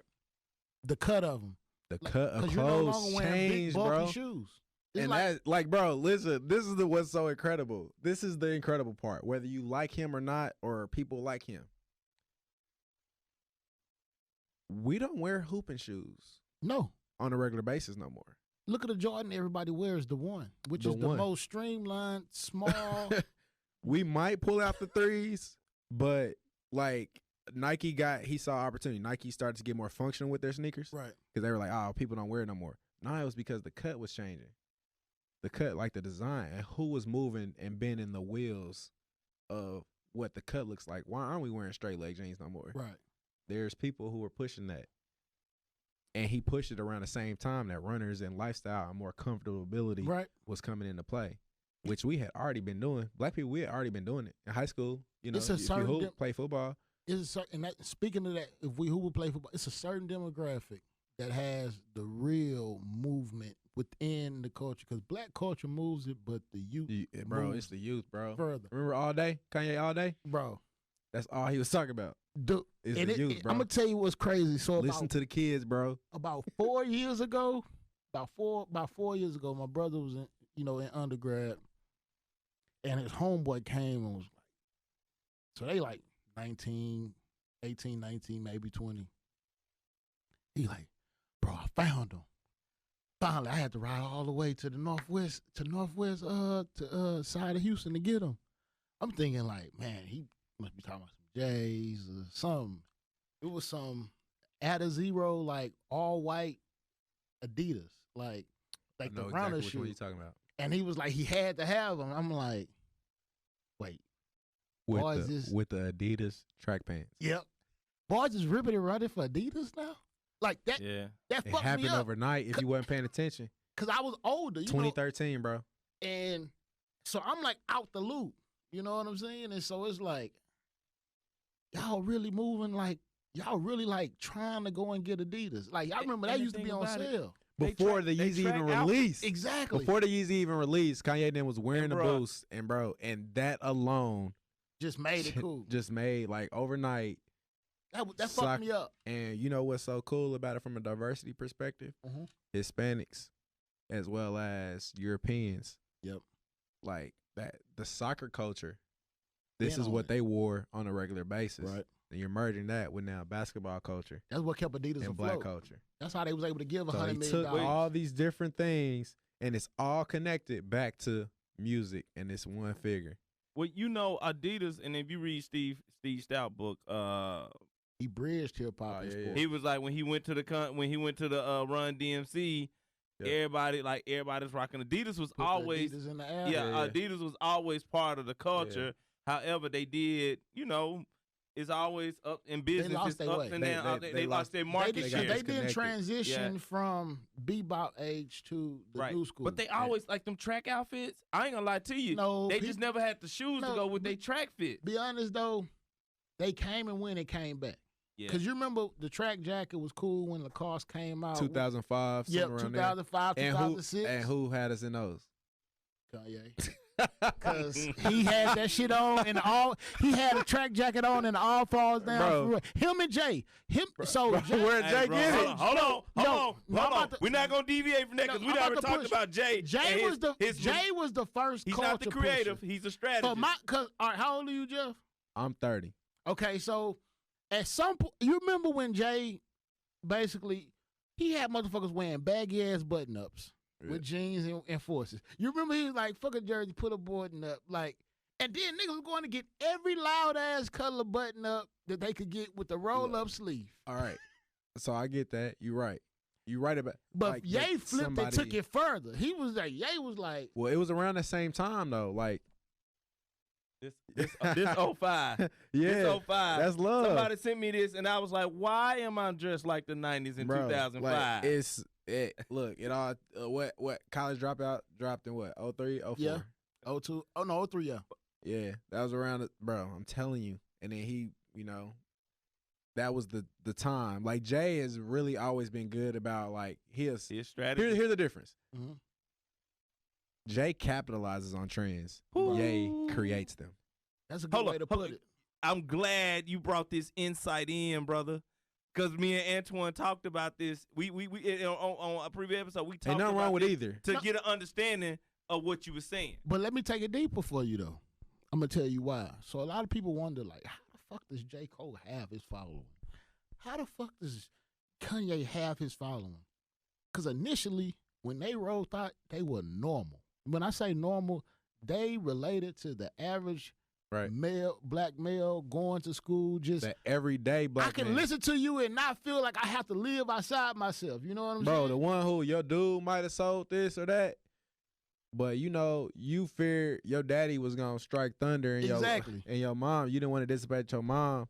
So you may have wanted to hoop or you just figured out and you like the idea of going to HBCU or going to college and like just getting a regular job and kicking it. Like they merged. You spoke to me. That is and that's what's crazy because if we look at it from a music perspective, man, like that type of music introduced white America, Hispanics, everybody else to the true demographic of what it means to be black. Because that's more like who the majority of us are. Right. Because look at it like this. It's almost that like, struggle. It's almost looking at it from like working at the Gap in high school. Internationally look at us. Yeah. Like people internationally, when I went to Africa, their perspective of black culture is what they see on TV. So at the time, it's hip hop, loving hip hop. It's like the extreme. Yeah. It's like, because to be a star, a lot of people felt like you have to be flamboyant or over the top. But what is the average everyday fabric of a black man or woman, in America? That's missing or was missing, and it's now being fused at a small rate. Like, look at Blackish, you know what I mean? Like, even though they are, high up, middle class, upper middle class, they still have relative issues within the fabric of. It's like it's not all good, and so we not living good times, but we also not living the Jeffersons. Yeah. We somewhere in the middle, you know what I mean? And it's like you got to understand the middle. That's why you're only as strong as your middle class in every entity, and because your middle class is what keeps everything moving. Yeah, and we're one removed from poverty. That's why it's so powerful, bro. Like we're one removed from the struggle, and I think that's what why that story is so important. Yeah, because everybody's marketing to that group because that's true. That's the core base. So they open that up, right? Because we're the ones that's going to miss a check to go and buy something that we love. You know what I'm saying? Because we're that passionate about having it. Yeah. But you got others is like, that's why the middle class and And pretty much the lower class has always been the people that move the culture forward because they're been the most resourceful. Right. And then the top is the people who like capitalize on it. Right. So it's like finding that nuance, and like Kanye has effectively navigated that. Going back to what you were saying about his mastering consumerism, because he's been playing on both, and he's really like now on the ground. But back to the album, I know that's something that you want to talk about. First of all, I wanted to, I wanted to talk about the rollout. Start with the rollout, and I wanted to start with the disclosure. okay. I'm Jesus curious is of where this is gonna Jesus is King is a quote unquote gospel album, right? Gospel, it has gospel content. I don't want to allow you to be a wave rider and just listen to this type of content because it's coming from Kanye. I'm gonna push back on that when you're done, though. The reason I say this is because I know Kanye is somebody who moves people and he moves the culture, whether you like it or not. But I kind of look at it the same way people look at dance hall when Drake will introduce you to a little bit to it, or the culture over in I forgot what they call it in London. You know, that rap scene. And now Afropunk. And now Afropunk, Afrobeats is Afrobeats, yeah. It's a real thing. And so it's like I always see anytime you get exposure to something from a pop level, like I just feel like you owe it to that culture to go deeper and see where that sound came from. Where that root came from. And that's how I look at it. It's not more of I'm not chastising anybody, I'm more about just challenging people. Yeah. To see exactly and like for you, it's like it's other artists that have been on this. Exactly. And it took Kanye to like expose to expose you to it. And, I got something for that. my text has been to my core is he did it. He did it. He bridged gospel and hip hop. He wasn't the first person but to he do it. wasn't the first person to do it. I'm not saying the first, but he did it. On a pop level. He did it, and he did it on what they was trying to do. So what I want to see is the Stellar Awards, gospel section in the grant. No. I'm not. I'm cracking up already. You're not. Listen. First of all, when that nigga put the red hat on, Hey, he bro. was No, he's not. Alright, I'm the telling gospel, you right now. the gospel they gonna have him section at of the Stellar Grammys. Awards. I want to see. They are. So what I want. Bro, watch. I just You want would to. have Sunday service do a live performance at the Stellar Awards. Yes. If I see Boy, Kanye at the Stellar Awards, FYI, we only talking about this one rollout. The choir's coming out December 25th. Hey, bro, Sunday service? Yes. okay, no, That's that's going to Stellar You mean to Awards. tell me- Because them soul-ass voices Wait, come out there. Wait, hold on. That's what I was saying. I was like, Yeah. you mean to tell me that the Stellar Awards would not feature Sunday service? I think that's my all right, goodness. you know what you know what Kanye's That's performance. the new nation. I'ma That's the new Kirk Franklin and the family. No, I'm gonna tell you what Track one? I'm gonna tell you what that performance gonna be. That Track one is performance crazy. is gonna be equivalent to when Chris Brown did the Michael Jackson Tribute. at tribute, BET Awards. and he cried after he had got that case with Rihanna, Yeah. and that was Mhm. like almost like we open our arms back up to him, like man, come Yeah. on, bro. Like I'm I telling feel you. like that's gonna be the performance. Question. Bro, track one gotta be played Every somewhere. hour? I don't. Bro, Yeah, what was Yes. every hour. Every hour gotta be Man, played bro, somewhere, man. That is the 90s. New That is Nation. personified. That's the 90s personified when it comes to Antoine, like we gospel go. music. Our group chat is strangely a business meeting, but I'm so happy, Antoine. When I, because my words be somewhere all over. But I tried to put it the best way, and I said sonically, and he was like, "Yeah, sonically, Kanye did his thing. Like Yeah. I sequence like the Bro, he got the trumpets on that outro. Oh my god. You know, trumpets and Ty Yeah. Dolla $ign are two cheat codes Right. that are just. But I wanted to challenge you right quick. Yeah. All right. Religious, spiritual. Y'all Christian? yeah, I'm a Christian. I'm a Christian too, right? Uh-huh. So my thought is this, right? Like the Bible is so many different stories of God using the least of men Right. to bring people to Christ. Yep. Yep. Kanye's Think about it. life has really played out in our eyes, and he is the worst. You know what I mean? You had Paul in the Bible back when he was Saul slaying Christians, Mary Magdalene. and now he Woman wanted of to, the night. and then when he was one of Jesus' main homeboys, man, Yeah. like it's not up for us to say, you know, who he can use to deliver his message. So I think what's so powerful about what we're saying, you're right. It is so many different people who are killing it in the game in gospel. You know, But with it had to be him. but it had like it had to be him, right? because think about his following. We just talked about the amount of influence that he had. Like, who's more influential? It's very few people like in the world that's as influential as Because you Kanye gonna have West. some people that force themselves to listen to this because it's Kanye. Because it's Kanye. Bro, it's a track on here. Let me pull it up right quick. It's a track, right, bro. If you are not saved, I'm telling you right now, if you are not saved and you pull up Salah, number two, yeah.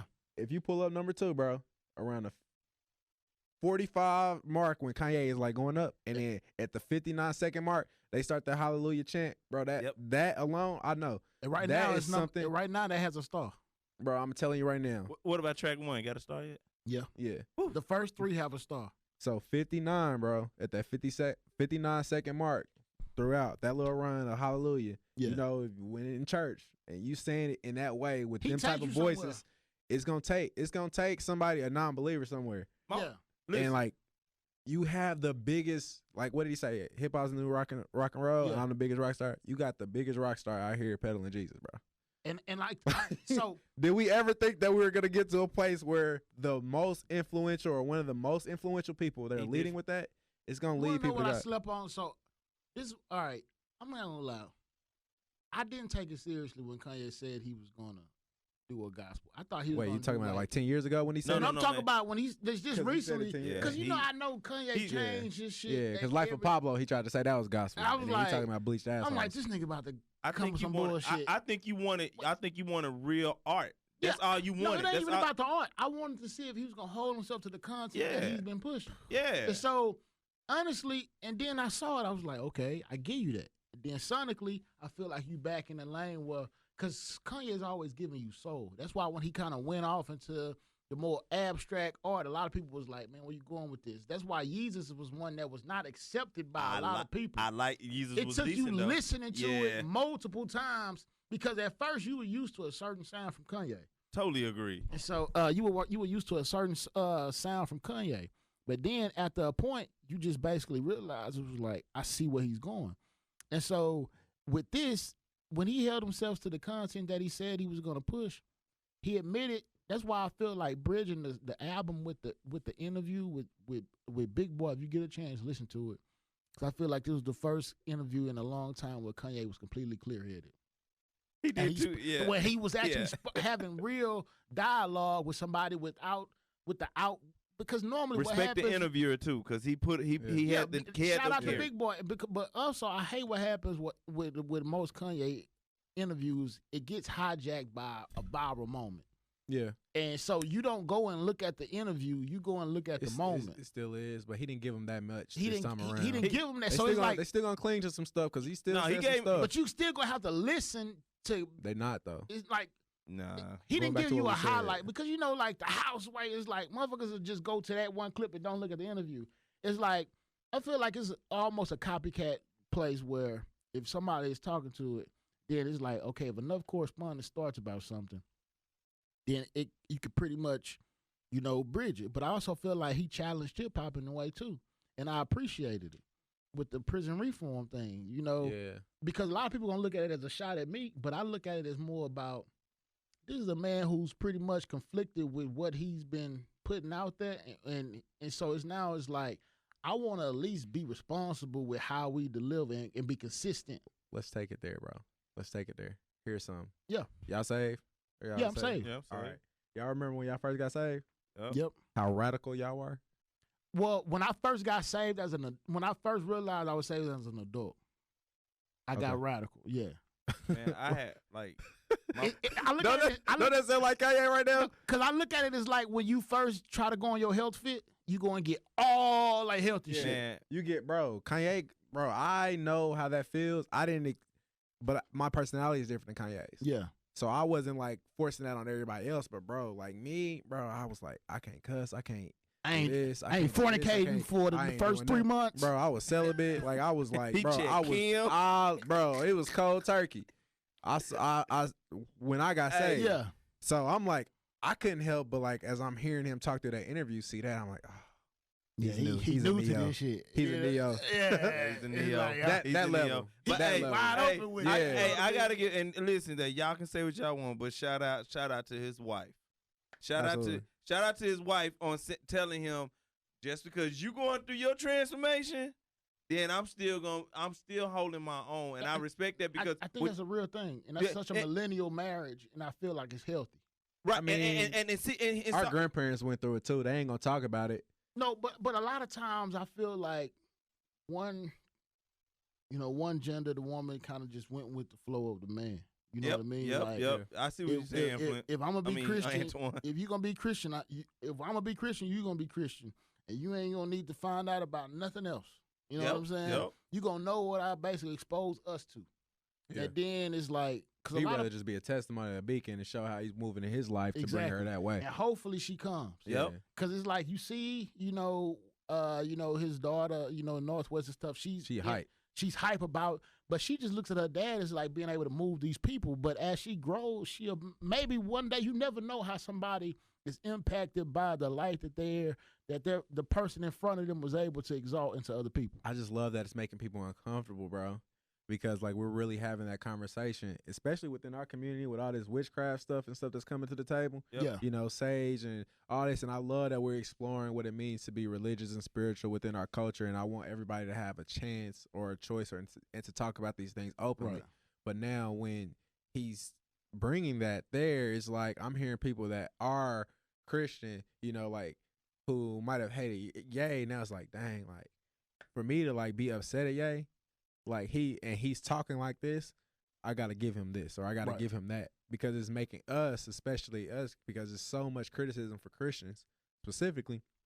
Like it's now making us to look at ourselves. What does Right. it truly mean to be redeemed?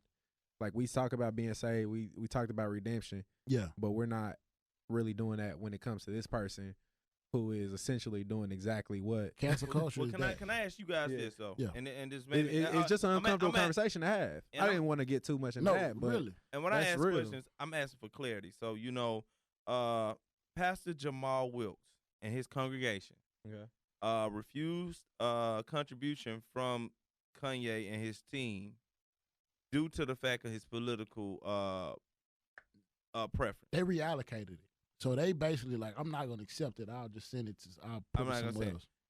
It's just in Joe Osteen has accepted Kanye to come speak, come do Sunday service or come to my church. He's not confirmed it's gonna be Sunday service. So we as a culture, I guess I am looking at it from a black and white thing. We just denounced a brother that's a Christian and his Christian beliefs because of his political beliefs. And then you got another. That's a dangerous thing. It's dangerous. You got another person in a bigger city with a larger presence that's from another culture. Like, you know what, That's brother? willing to accept them. I accept you from wherever, and they don't even need his money. They don't even need. it's nuanced. I get why, and I love black churches, and that's something that's very positive, and it was high on my list in Dallas. Every church has a different ideology and a Right. different mindset and a focus.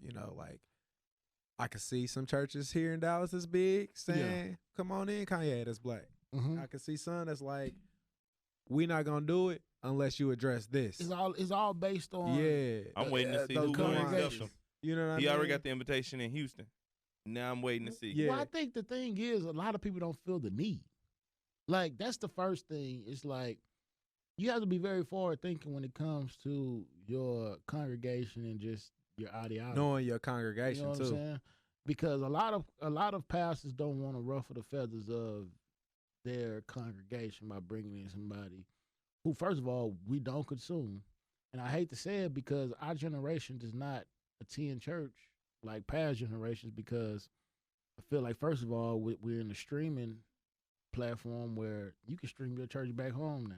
Yeah. It's like it's no need for me to Yeah. actually go to a real church building. And also, we're not as integrated into the fabric of the church. Yeah, So and the information age, like we're just exposed to so much more, and we're questioning more things. That's Right. when we talk about like the different ancient African religions and there's just so many other options out there to get your spirituality. And if you have Right. church hurt, then it's keeping you away.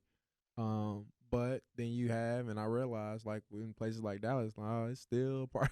Yeah. It's still core. It's still Yeah. core. So they're figuring out ways and trying to find ways to bring us back into the fold and do it in a unique way.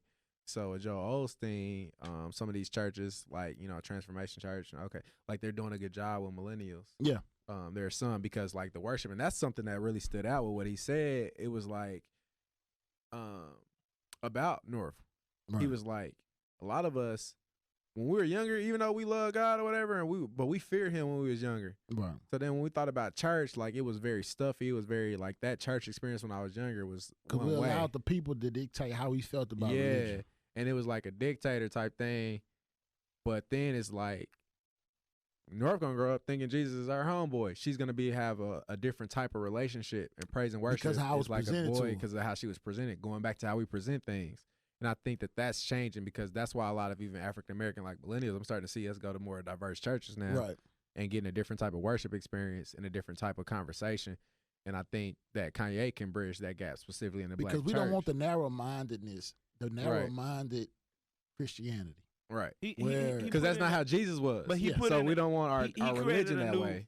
He brought a new word that I never heard, that I always felt like I used to be like, and I'm gonna be honest, when I'm a Christian, I was like, man, if I was around Jesus, man, I just want to be a warrior. I want to be a disciple. You know what I'm saying? I don't want to be, you got your 12 disciples. I want to be a warrior for you, man. I just want to make sure I'm out here in these streets doing this for you. You know what I'm saying? And I think the word he put when he said Christian innovator, Yeah, Christian that's what's innovator, that's what's needed. pushing in- incorporated Christianity into, forward, yeah. into Yeah. culture, like To the intersecting culture. it into like sneakers and like all this other stuff, and that's real. You know what I'm saying? I think that's something that when he said that, I was like, exactly what I'm trying to be. Like I'm a Christian, but I can't conform to what you saw in the 60s and the Because we'll be 70s. doing a disservice to... You know what I'm saying? You know what I'm saying? We living in the world of unchurched, brother. Right. Like we live when I say unchurched, meaning that everybody has the freedom to believe in what they want to believe in, and that's fine. It's not even just making Christianity cool. It's making spirituality cool, because I feel like every human needs to believe in something higher than itself. Man, that sounds like Frank Ocean. You Gotta know what I believe in something. You got like, because I feel like if you just walk, Why do our brains need? And I'm coming from the side. Why do we need it? Well, why because do the we need thing it? is, you have to Hey, you talking believe about that. existentialism now. We can go there. Because you got to think, if you just allow yourself to believe your everyday being is the end all be all, then what are you really living for? Being greater, evolving. Yeah, hope, bro. Or If becoming anything, closer to yeah, it. like our brains. That intangible scientifically fuels though. more Yeah, fuel. It's a fuel yeah. to get us greater in life. And that's why, like, when Okay. lows happen, right? And like when lows happen, or like when there's deaths in the family, or maybe you lose your kids, or when divorce, and all those things happen, when things are left and you going through a depression, it's because you don't feel like you have anything to live for. Right. So then, like, a part of that connection that keeps us going is being rooted in something that propels us forward. So like when kids, or you say like dudes, it's like, man, I changed my life when I had a daughter or whatever. Like, at the core of that message is, now you got to make sure that they are moving forward, but the child is a miracle. Yeah. So that is, you got to believe in something. If you look in your baby's eyes and you see that baby is real, and that came from your nutsack, Yeah. you know what I'm saying? Like, that alone, That's an is something- evolution that that's came an evolution from somewhere. that came from somewhere.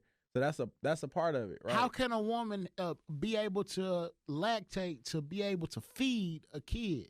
You know what I mean? At the minimum. And now you got that kid, and now you got to deliver and provide. So you got to believe in something, and when they say that, it's not necessarily even a higher power, right? And I think that's, sometimes it might be, your peers. It Yeah. might be your child, or just like the idea of like sustaining a life, or some people are just rooted in the cause for the people. Right. You know what I mean? Or whatever it is, but it's You have something to believe in outside something. of yourself. Right. And I think that's just how our brains and everything is just like, is weird. And I'm trying to talk non-spiritual in that, Yeah. in the sense of like, educationally, like I think it's something about our brains and like how it's wired that like we need that connectivity. And when we don't have that connectivity, that's when we're lost. That's why people can do the wild stuff, because they're disconnected.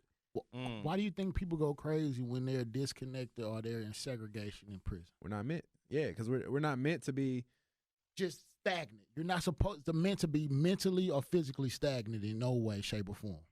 So remember the movie Limitless? Yeah. So the opposite of that is when you're overexposed to it, and then it's you like go crazy. He could not stop going. Like he had, and like that's why achievement, and Kanye talked about inspiration, like that type of stuff is like system overload because you cannot stop. Yeah. So and I feel like it's a he mad had to find scientist. a higher power because he had got into where he thought he so, was God or he was You just made a point. Yeah. He became exposed to too much. It might have been too fast because you got to think when your celebrity takes you places you're not prepared for. It's like when you're getting in. It's like, okay, I wanted to become a rapper from being a producer. So I got in the door with Rockefeller. I looked up to Jay. I got placement on his album. I then was able to basically spit something for Dame. He believed in me enough to get my album. That shit became a hit. Okay, now I'm a rap superstar. Okay, but now it's like, fuck that. I'm cool with the fashion. I want to get into this. Damn, the dream girl that I always had my eyes on, Kim Kardashian, now I can get her. Boom, I got her. Boom, I got my own shoe. Boom, I'm in the fashion. Now I'm at the table with these fashion houses that I've been dreaming of, but they not letting me in. So it's like your brain is almost just going crazy because you evolving at a faster pace than you're ready for. Bro, that's what's so beautiful. Like I'm always taking jabs at Jay. Yeah. Because I feel like he's always been ahead, but he never like looked around. Yeah. And then you got Jay and Beyonce, and you got Beyonce dropping that Lion King album, and that talking about bigger, bro. Yeah. Like you're starting to see an evolution where people now at that they're hitting that plateau, and they're all saying the same thing. They're all saying, all right, this success and everything was cool, but at the core right now, and like what I know that I'm called on this earth for, bro, is to make an impact in other people's lives. So now she tapped back into the motherland, brought other people over. Remember when Kendrick went, and then all of a sudden he getting the Pulitzer for Damn, because like it changes things when you start to look beyond and above yourself. And they're beacons, bro. They're the light to like a lot of stuff. So it's cool to see when people start to like move that. I see a future where Drake is gonna do that. Bro, and I think because Drake is going to. You know what? And this is the thing about Drake. I hope he has matured and grown because he had to get over a lot of hurt. The new post that just came out about Drake. If this is true, it's gonna prove my point, and it's gonna be like, what was dude, the post? It's the post about Kylie. Him and Kylie partying together. I don't even. I mean, that's like. Yeah. But no, listen. Because I'm not even gonna give. Because the thing is, when you get that energy, man, you just feeding into. Something else. It's more about the fact it's like, okay. Because he just had a post about. He just turned 33, and he just had a post about like for the past couple of years, he's really been focused on like not feeling the love and all this other stuff, and he looked down. I'm gonna tell you why. All this love. No, I'm gonna tell you why. You got to think. He grew up a mixed kid from Canada that was half Jew. He never really connected all the way with the culture. You know, like Richard Wright. Even when he was great and we rocked with him, he was still just Drake being Drake. He never was street enough to feel comfortable, but he was never pop enough. And he was always that. He was basically Drake. Like he became his own lane. And so you still don't feel like the culture you wanted to accept, to accept you wholly, still kind of laughs off some shit you do. Or it's like you try to basically become, that's why he hops on waves. If you notice, Drake introduces us to a lot of waves early.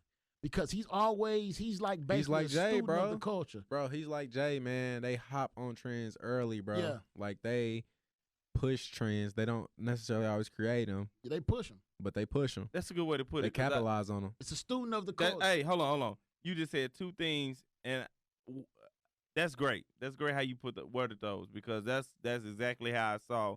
Like I never gave Jay props for any of his fashion.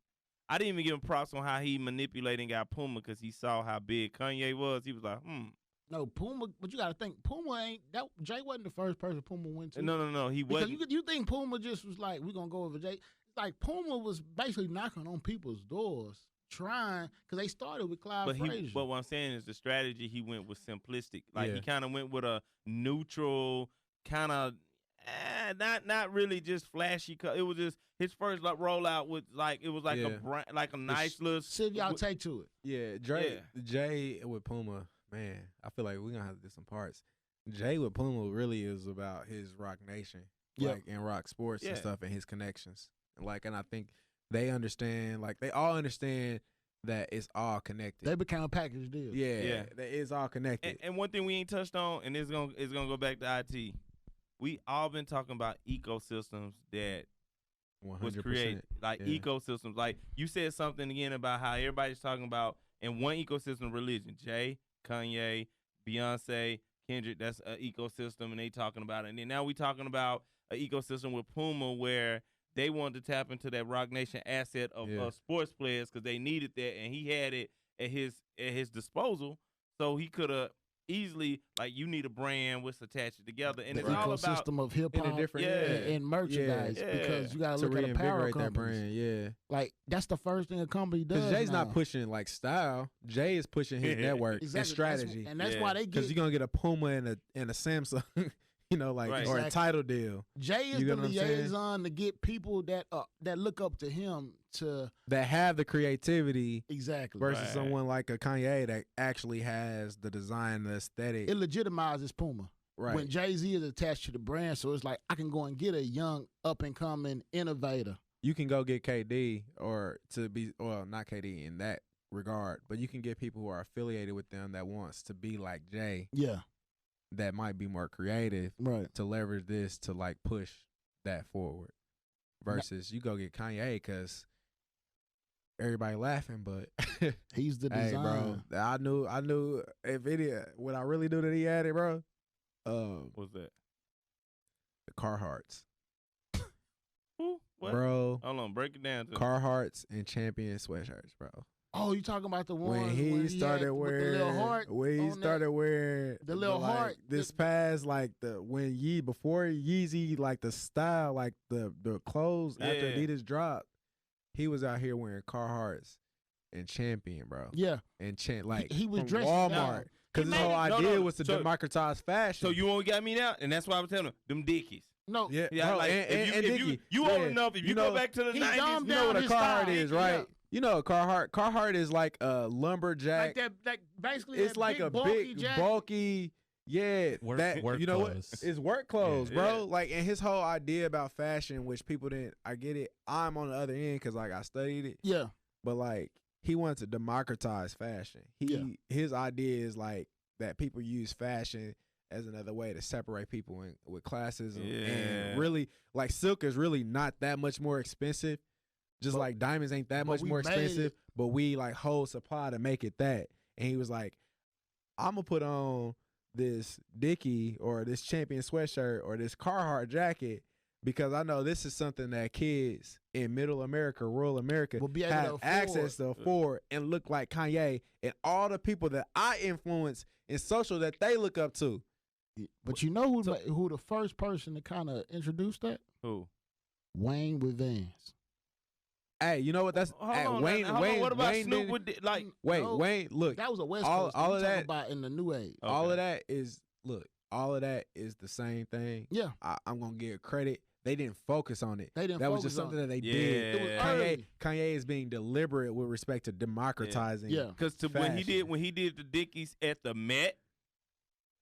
He did the Dickies at the Met. He did Dickies at the Met, but he could only get away with that because he's known as being a fashion. Like when he went Ultra Travolta. I thought it was dope because I went and looked and hold on, Dickies got a jacket out, and I'm in my mind, I'm thinking, oh yeah, they finna go high end. Nope. It was like a one. It was like 120. I mean, Dickies ain't, but them like work jackets, so it was like 124. Something nothing bad. But hey, I mean, first of all, I just want to say we could get into this all day, man. Man. There's been some really dope correspondence because I feel like a lot of times we can kind of regurgitate a lot of the same stuff sometimes because that's what's, like you said, is in our viewpoint. You know, The algorithm got us talking about all the same got us stuff. talk about Let's a lot break of it the down. same stuff, and so now we actually just kind of can go left a little bit with the dynamics of the same type of content you're interested in, but we can just look at it from a more granular perspective. Yeah. So that's what I enjoyed about this episode and you pulling up on us, Jeff, man, because I always say a good guest challenges you to think outside the box. Well, that's a So, blessing. Blessing to hear. So I appreciate you, man. And first of all, so is there anything that you got coming up or anything that you want to push? Yeah, I mean, number one, like aside from Party Girl, like the ball and everything here in Dallas, like we're launching the podcast. Follow We Like to Party. Mhm. WELIKEPARDI. But then Cap Culture Podcast, and then Cap Culture Pod on Instagram. And Cap Culture, really, if you want to learn more about what we're talking about, the nuances of capitalism, culture, and tech, that's all we talk about. Right. That's the only thing we talk about. So I was like, you can definitely follow us. We're gonna have a video series, event series, and the one unique thing that we're gonna do is each episode we're gonna have a guide to basically break down those topics that we talked about. So we're talking about artificial intelligence. Okay. And we're gonna have some links where people can like learn more and stuff like that. Because we want to educate people on technology. That's really what it is. Basically, instead of just allowing them to hang on your words, you can actually go and find out some of the stuff for yourself and go deeper. You know, we can introduce you, but it's on you to actually go deeper. Exactly. Yeah, because at the end of the day, culture, technology is the future. We just want to expose people to that, right? And then leverage that to promote stuff like Unspoken, right? Like because like y'all are talking about the things that's like relevant today, and like this voice is necessary. Yep. And we want to be able to highlight y'all. Appreciate you, man. That's well. I mean, before you say all that, man, we've been on that good spectrum, but let's talk on the other spectrum. Yeah, man. But we gonna get into it, but I just want you to finish. If you had anything else. Oh no, that's really it. Just look, follow Cap Culture Pod on Instagram. capculturepod.com, and then also WeLikeToParty.com. Those are the two things that I rep outside of work. Yeah. And look, follow Unspoken Conversation. Hey, yeah, tap this into truly it, was man. Unspoken. Bro, I feel like we're in like a secret like location. I feel like we're in Bruce Wayne's. Hey, we ducked off, man. And ducked off in Wayne's Tower somewhere. I don't know. I don't know where it is. They basically sent me, like, I used the app that I had to download that they sent me. They had like special instructions, and it was a blindfold, exclusive, and it was like a car that like I had a driver and everything. Like, I honestly do not know where I. This is exclusive, man. Hey, if you get up here, you get up here, man. For real. Hey, but now you said you want to tap in on something. No, man. Since we talking about growth, and we talk about a good spectrum of how progression of growth, let's talk about a little regression. Okay. Yeah, a little shout out. Let's talk about a little regression. Go up.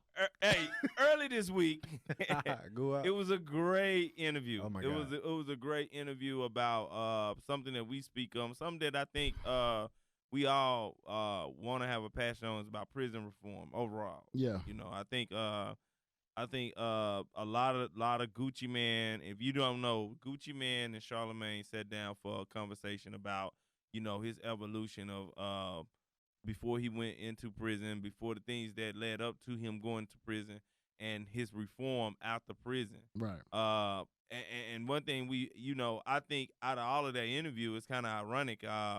He was just in a good situation where, people, like he said, when the judge figured out it was more drug addiction other than anything else, that he was a threat to society, they was able to cure that and move forward. And now you see the rehabilitation of Gucci Man, which he regressed a little bit at the back, but he had to let y'all know, man. It was certain shit that I stand by. Man, you can't get behind what people stand by. You're not gonna water me down too much. But before yeah, that, man. though, he said, "Man, he said that clone stuff was pretty cool. I want them to keep it going." I was like, no, but I just basically want to say, I don't blame Charlemagne for actually giving the interview, because I felt like the interview, with it being one-on-one, was actually more effective, because the correspondence and the dialogue was actually, had more depth than I felt like it would have been if it was a normal Breakfast Club interview, because you have so many voices in the room.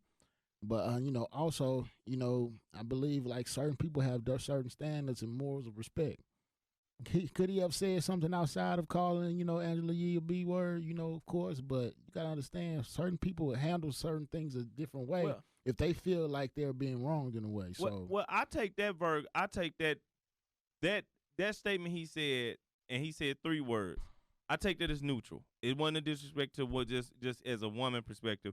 The part I got was when the extra part of when I said, hey, you probably may be going out of line a little bit when you was like, you know what I'm saying, she wanted to see that thing grow and all the other extra. But when he added to it, the extra. he was trying to make it hit. It's like everybody that been somewhere in a perspective where you was like, man, fuck them, whoever it is, and you want to make that shit. You want to kind of dig it in there a little bit, and he could have handled it, better. But at the end of the time, it's like we can't expect somebody to not be human at times. Right. You can't control somebody's reaction to them. And obviously, and to be honest with you, and you can say, like, Pat, they say Gucci do this and this and this. This right here was something personal. Yeah. Like he had, and when it's something personal, it's some truth to it. And I mean, it may be the clip 1, is 2, out or there. 3. Yeah. The clip is it's out some there, truth so to it. I'm not degrading what he's saying. It's just this man had something he had to get off his chest. You didn't want people to pay attention to that aspect of it because you know how the culture is sometimes, man. They'll pay attention to the negative and forget all that he said about marriage and, basically being able to admit to your wrongs and, it's like you overlook a lot of the gems because you want to hear the bullshit. That's my question. Why? Why do we do that? It's easy. We program. No, it's easy because we've been consuming minute-long clips for so long. So if somebody gives you a minute-long clip, the first thing you'll do is have dialogue on that minute-long clip versus going to get the context. Or is it projection?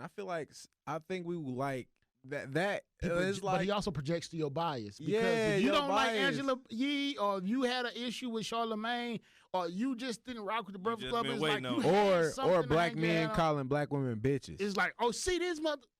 These like- niggas ain't shit, and even the new Gucci with his veneers and his like And It's the same washboard, he old the Gucci. same. And that's why I said that one word should be neutral because he said 2 words in front of that one word. But the thing is, we don't want to have to focus emphasis on the word. It's more about the actual. Bro, he had jewels in that too. Yeah. Like, why? I was frustrated. Bro, but it's people very focused frustrating, on bro. that one part of the. Bro, in the same interview where he called him, like, people, we had, like, it's our natural right, our human right to be imperfect. We Yeah. flawed. And I'm challenging everybody that's religious and spiritual. You claiming you all spiritual, you gotta allow people. You gotta allow people to be on their journey, bro. Yeah. Especially when it's not direct. It's different when it directly affects you, right? Because like it's real church hurt, it's real trauma, it's real abusive relation. I'm not asking you to forgiveness looks different for other people, bro. He not talking about you, Right. and with that, you gotta like separate him from whatever that is because You took on this battle for somebody that wasn't and yours. from a spiritual perspective. And if you've been reading your Bible or your Quran or whatever you like into, or you didn't sprayed your house down with The sage five or Torah. whatever, and the message just came down on you, you know that sometimes it comes from people that you don't want to hear. And he dropped a jewel to black men in particular about the value of marriage. And you might have missed that because you was focused on the fact that he called Angela Yee a bitch. And you don't even know what happened behind the Because scenes. he spoke to that Punk ass basically bitch. because he was like Yeah. he was like I didn't want to like I didn't It's marry her bad. just because That shit I made was me like, cringe. Cause It made me cringe what he said. yeah, but then But it in was that like, same sense, I didn't had forget to, what like- happened the last 20 minutes. I'm a Yeah. single black man at 30, bro, and like I be having my reservations. And when Gucci, I heard Gucci going back to hearing the message from certain people, right? Yeah. Like I heard that from Gucci. If Gucci can get to that level from Freaky Girl, you know what I'm saying? To this So level, you don't love me.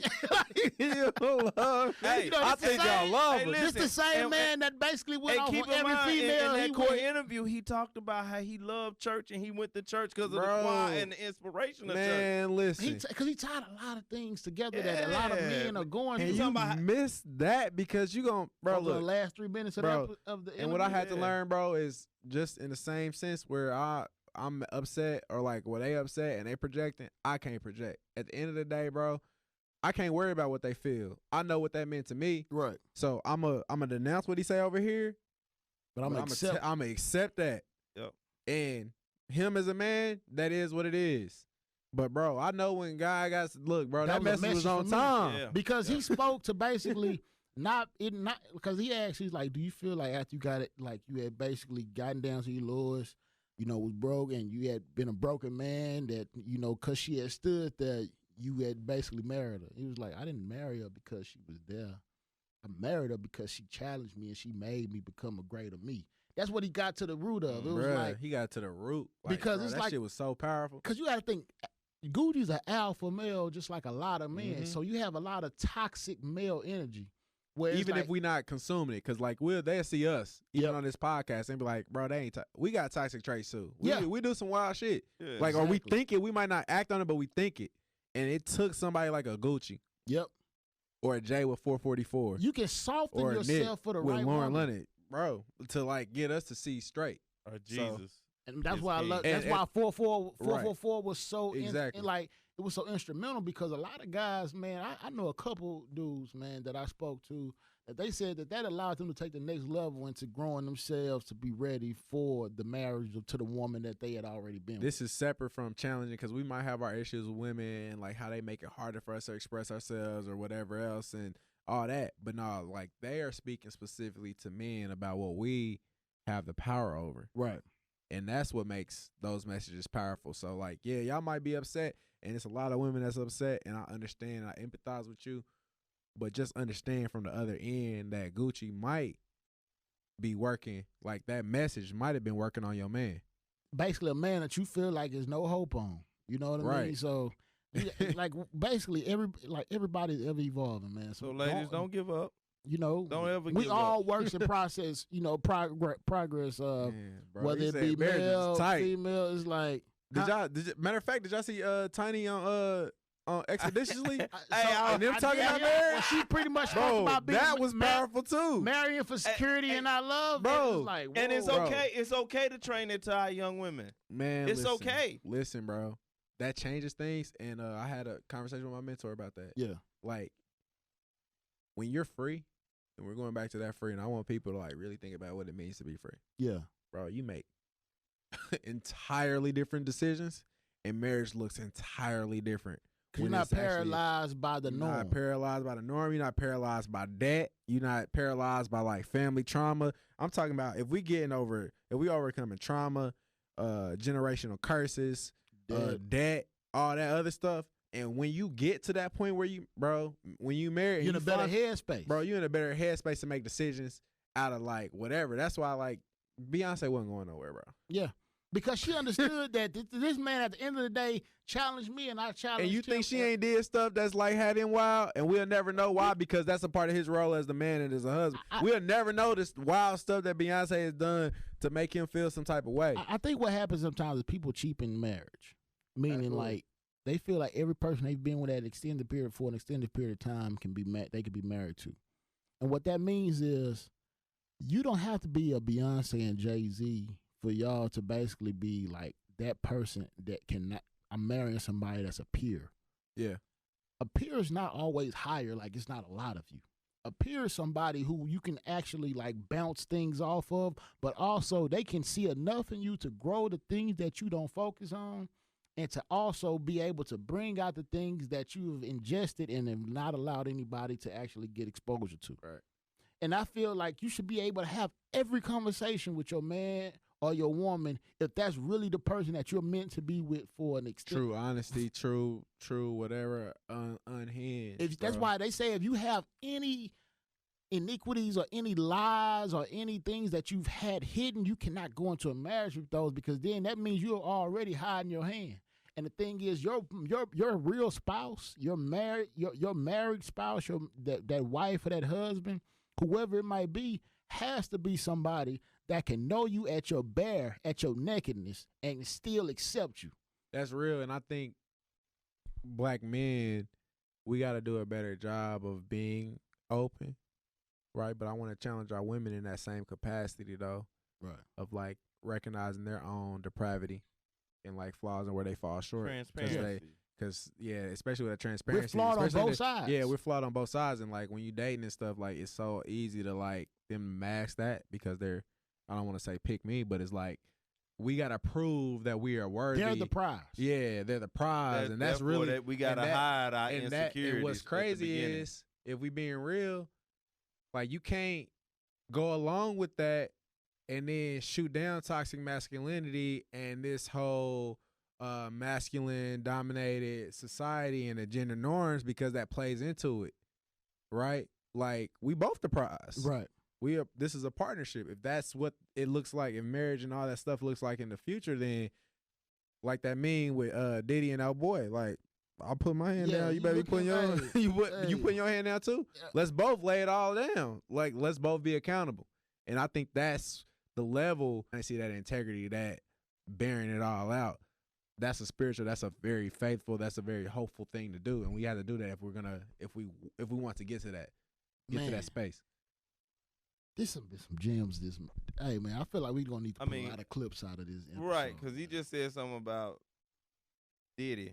No, we ain't gonna. No. Just pray for the family, man. It's a lot of like I think they ain't healed from somebody, from their angel that they lost, and I just wanted to say, like, things has been like the kids it's just a lot of small nuance that it just ain't structured that you ain't never seen from that Diddy family prior to that angel. Wait, what? I don't know what happened, but they was in a car wreck, but it wasn't. It was a fender bender. It was a fender bender, but like what he's saying pretty much is like, pray for Diddy family, pray for everybody. Like families have losses every day. Like it's so.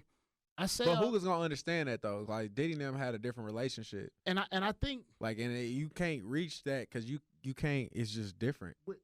But I think that's another thing. That's basically allowing ourselves to look at celebrities inhumane. Sometimes. Yeah, it's like, bro, it's not. They're not a tabloid, bro. This is real life. They might function differently. Like we're not a what monolith. We project to them.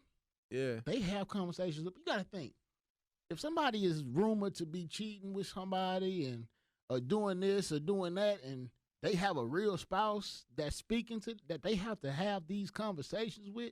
It's like, I think a lot of times we look at celebrities as being exalted to the level that they're not actually consuming what we're saying about them or anybody in their circle. Nah, bro, they got to.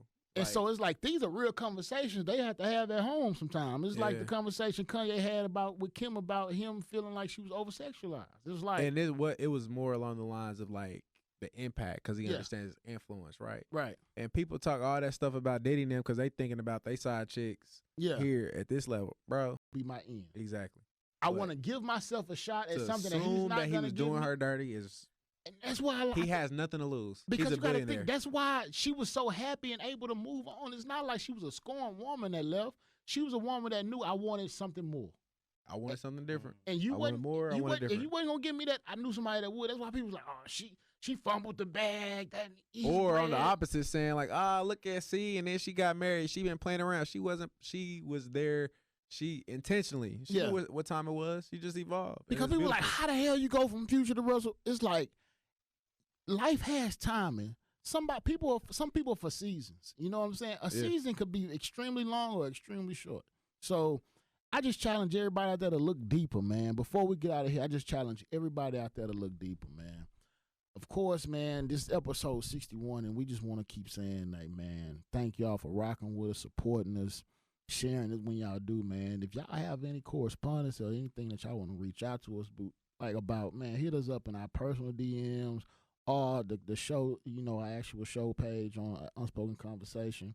Just correspond. Let us know if you got topics you want to hear more about, man. Just go on and submit some of them. So we just want to say, first of all, thank y'all for consuming and rocking with us and walking with us this long, man. Jeff, I want to say I appreciate you for coming and dropping the gems. Thank you for the sliding by, man. This is fire. Look, man, I feel like even when it's off air, we gotta keep this going. We probably could have went. We could have went another hour. We gonna have to, man. Bro, I was like we can go another hour. But you know what I'm saying? It's like when we Right. for timing purposes, we know it's Friday night, it's cold, you know, got to Yeah. get back, man. But also, man, We I gotta feel make like a that lot of chili. people are gonna rock with this episode. we gonna put out the clips and gonna have to put out the content so y'all can basically get these gems.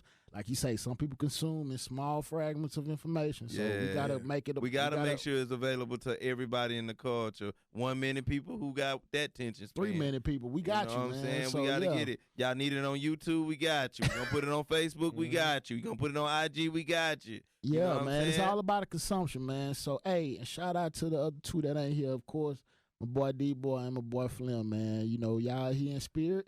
We're going to rock with y'all. And, you know, we're going to be back here next week if the Lord say the same, man. Yeah, man. Bless y'all. Y'all keep Thank rocking y'all. with us. Man, Jeff, man, first of all, blessings to everything that you're working on, man. You know, I know you got great things ahead. So, of course, we just thank you for We putting here, up man. on We us on this We Friday. resources and tools if you need us. Man, Hey, so of same, course we same, always man. like to give that, especially to the guests that we know that we can basically build with. We always like to basically give that we got you know to. that resource. So, We have to, and we have to show people that collaboration is key. yep. We got to. Don't be threatened by your fellow man, because you might miss out on the blessing, man. This Right, your you- boy Antoine the Source. Man, this knowledge, man, y'all gotta keep achieving out here because that's all we got. And my boy Jeff. Gang, gang. Hey man, appreciate Pray you. that May live forever. Naptown in the building. Scraps, broken limbs, had a kid snap. I hop on the track and I make it crack. I used to have kin of cold watches, now I got nothing but heated cold watches. Never had nothing, so buying more watches. Call him 2 Chainz, you can.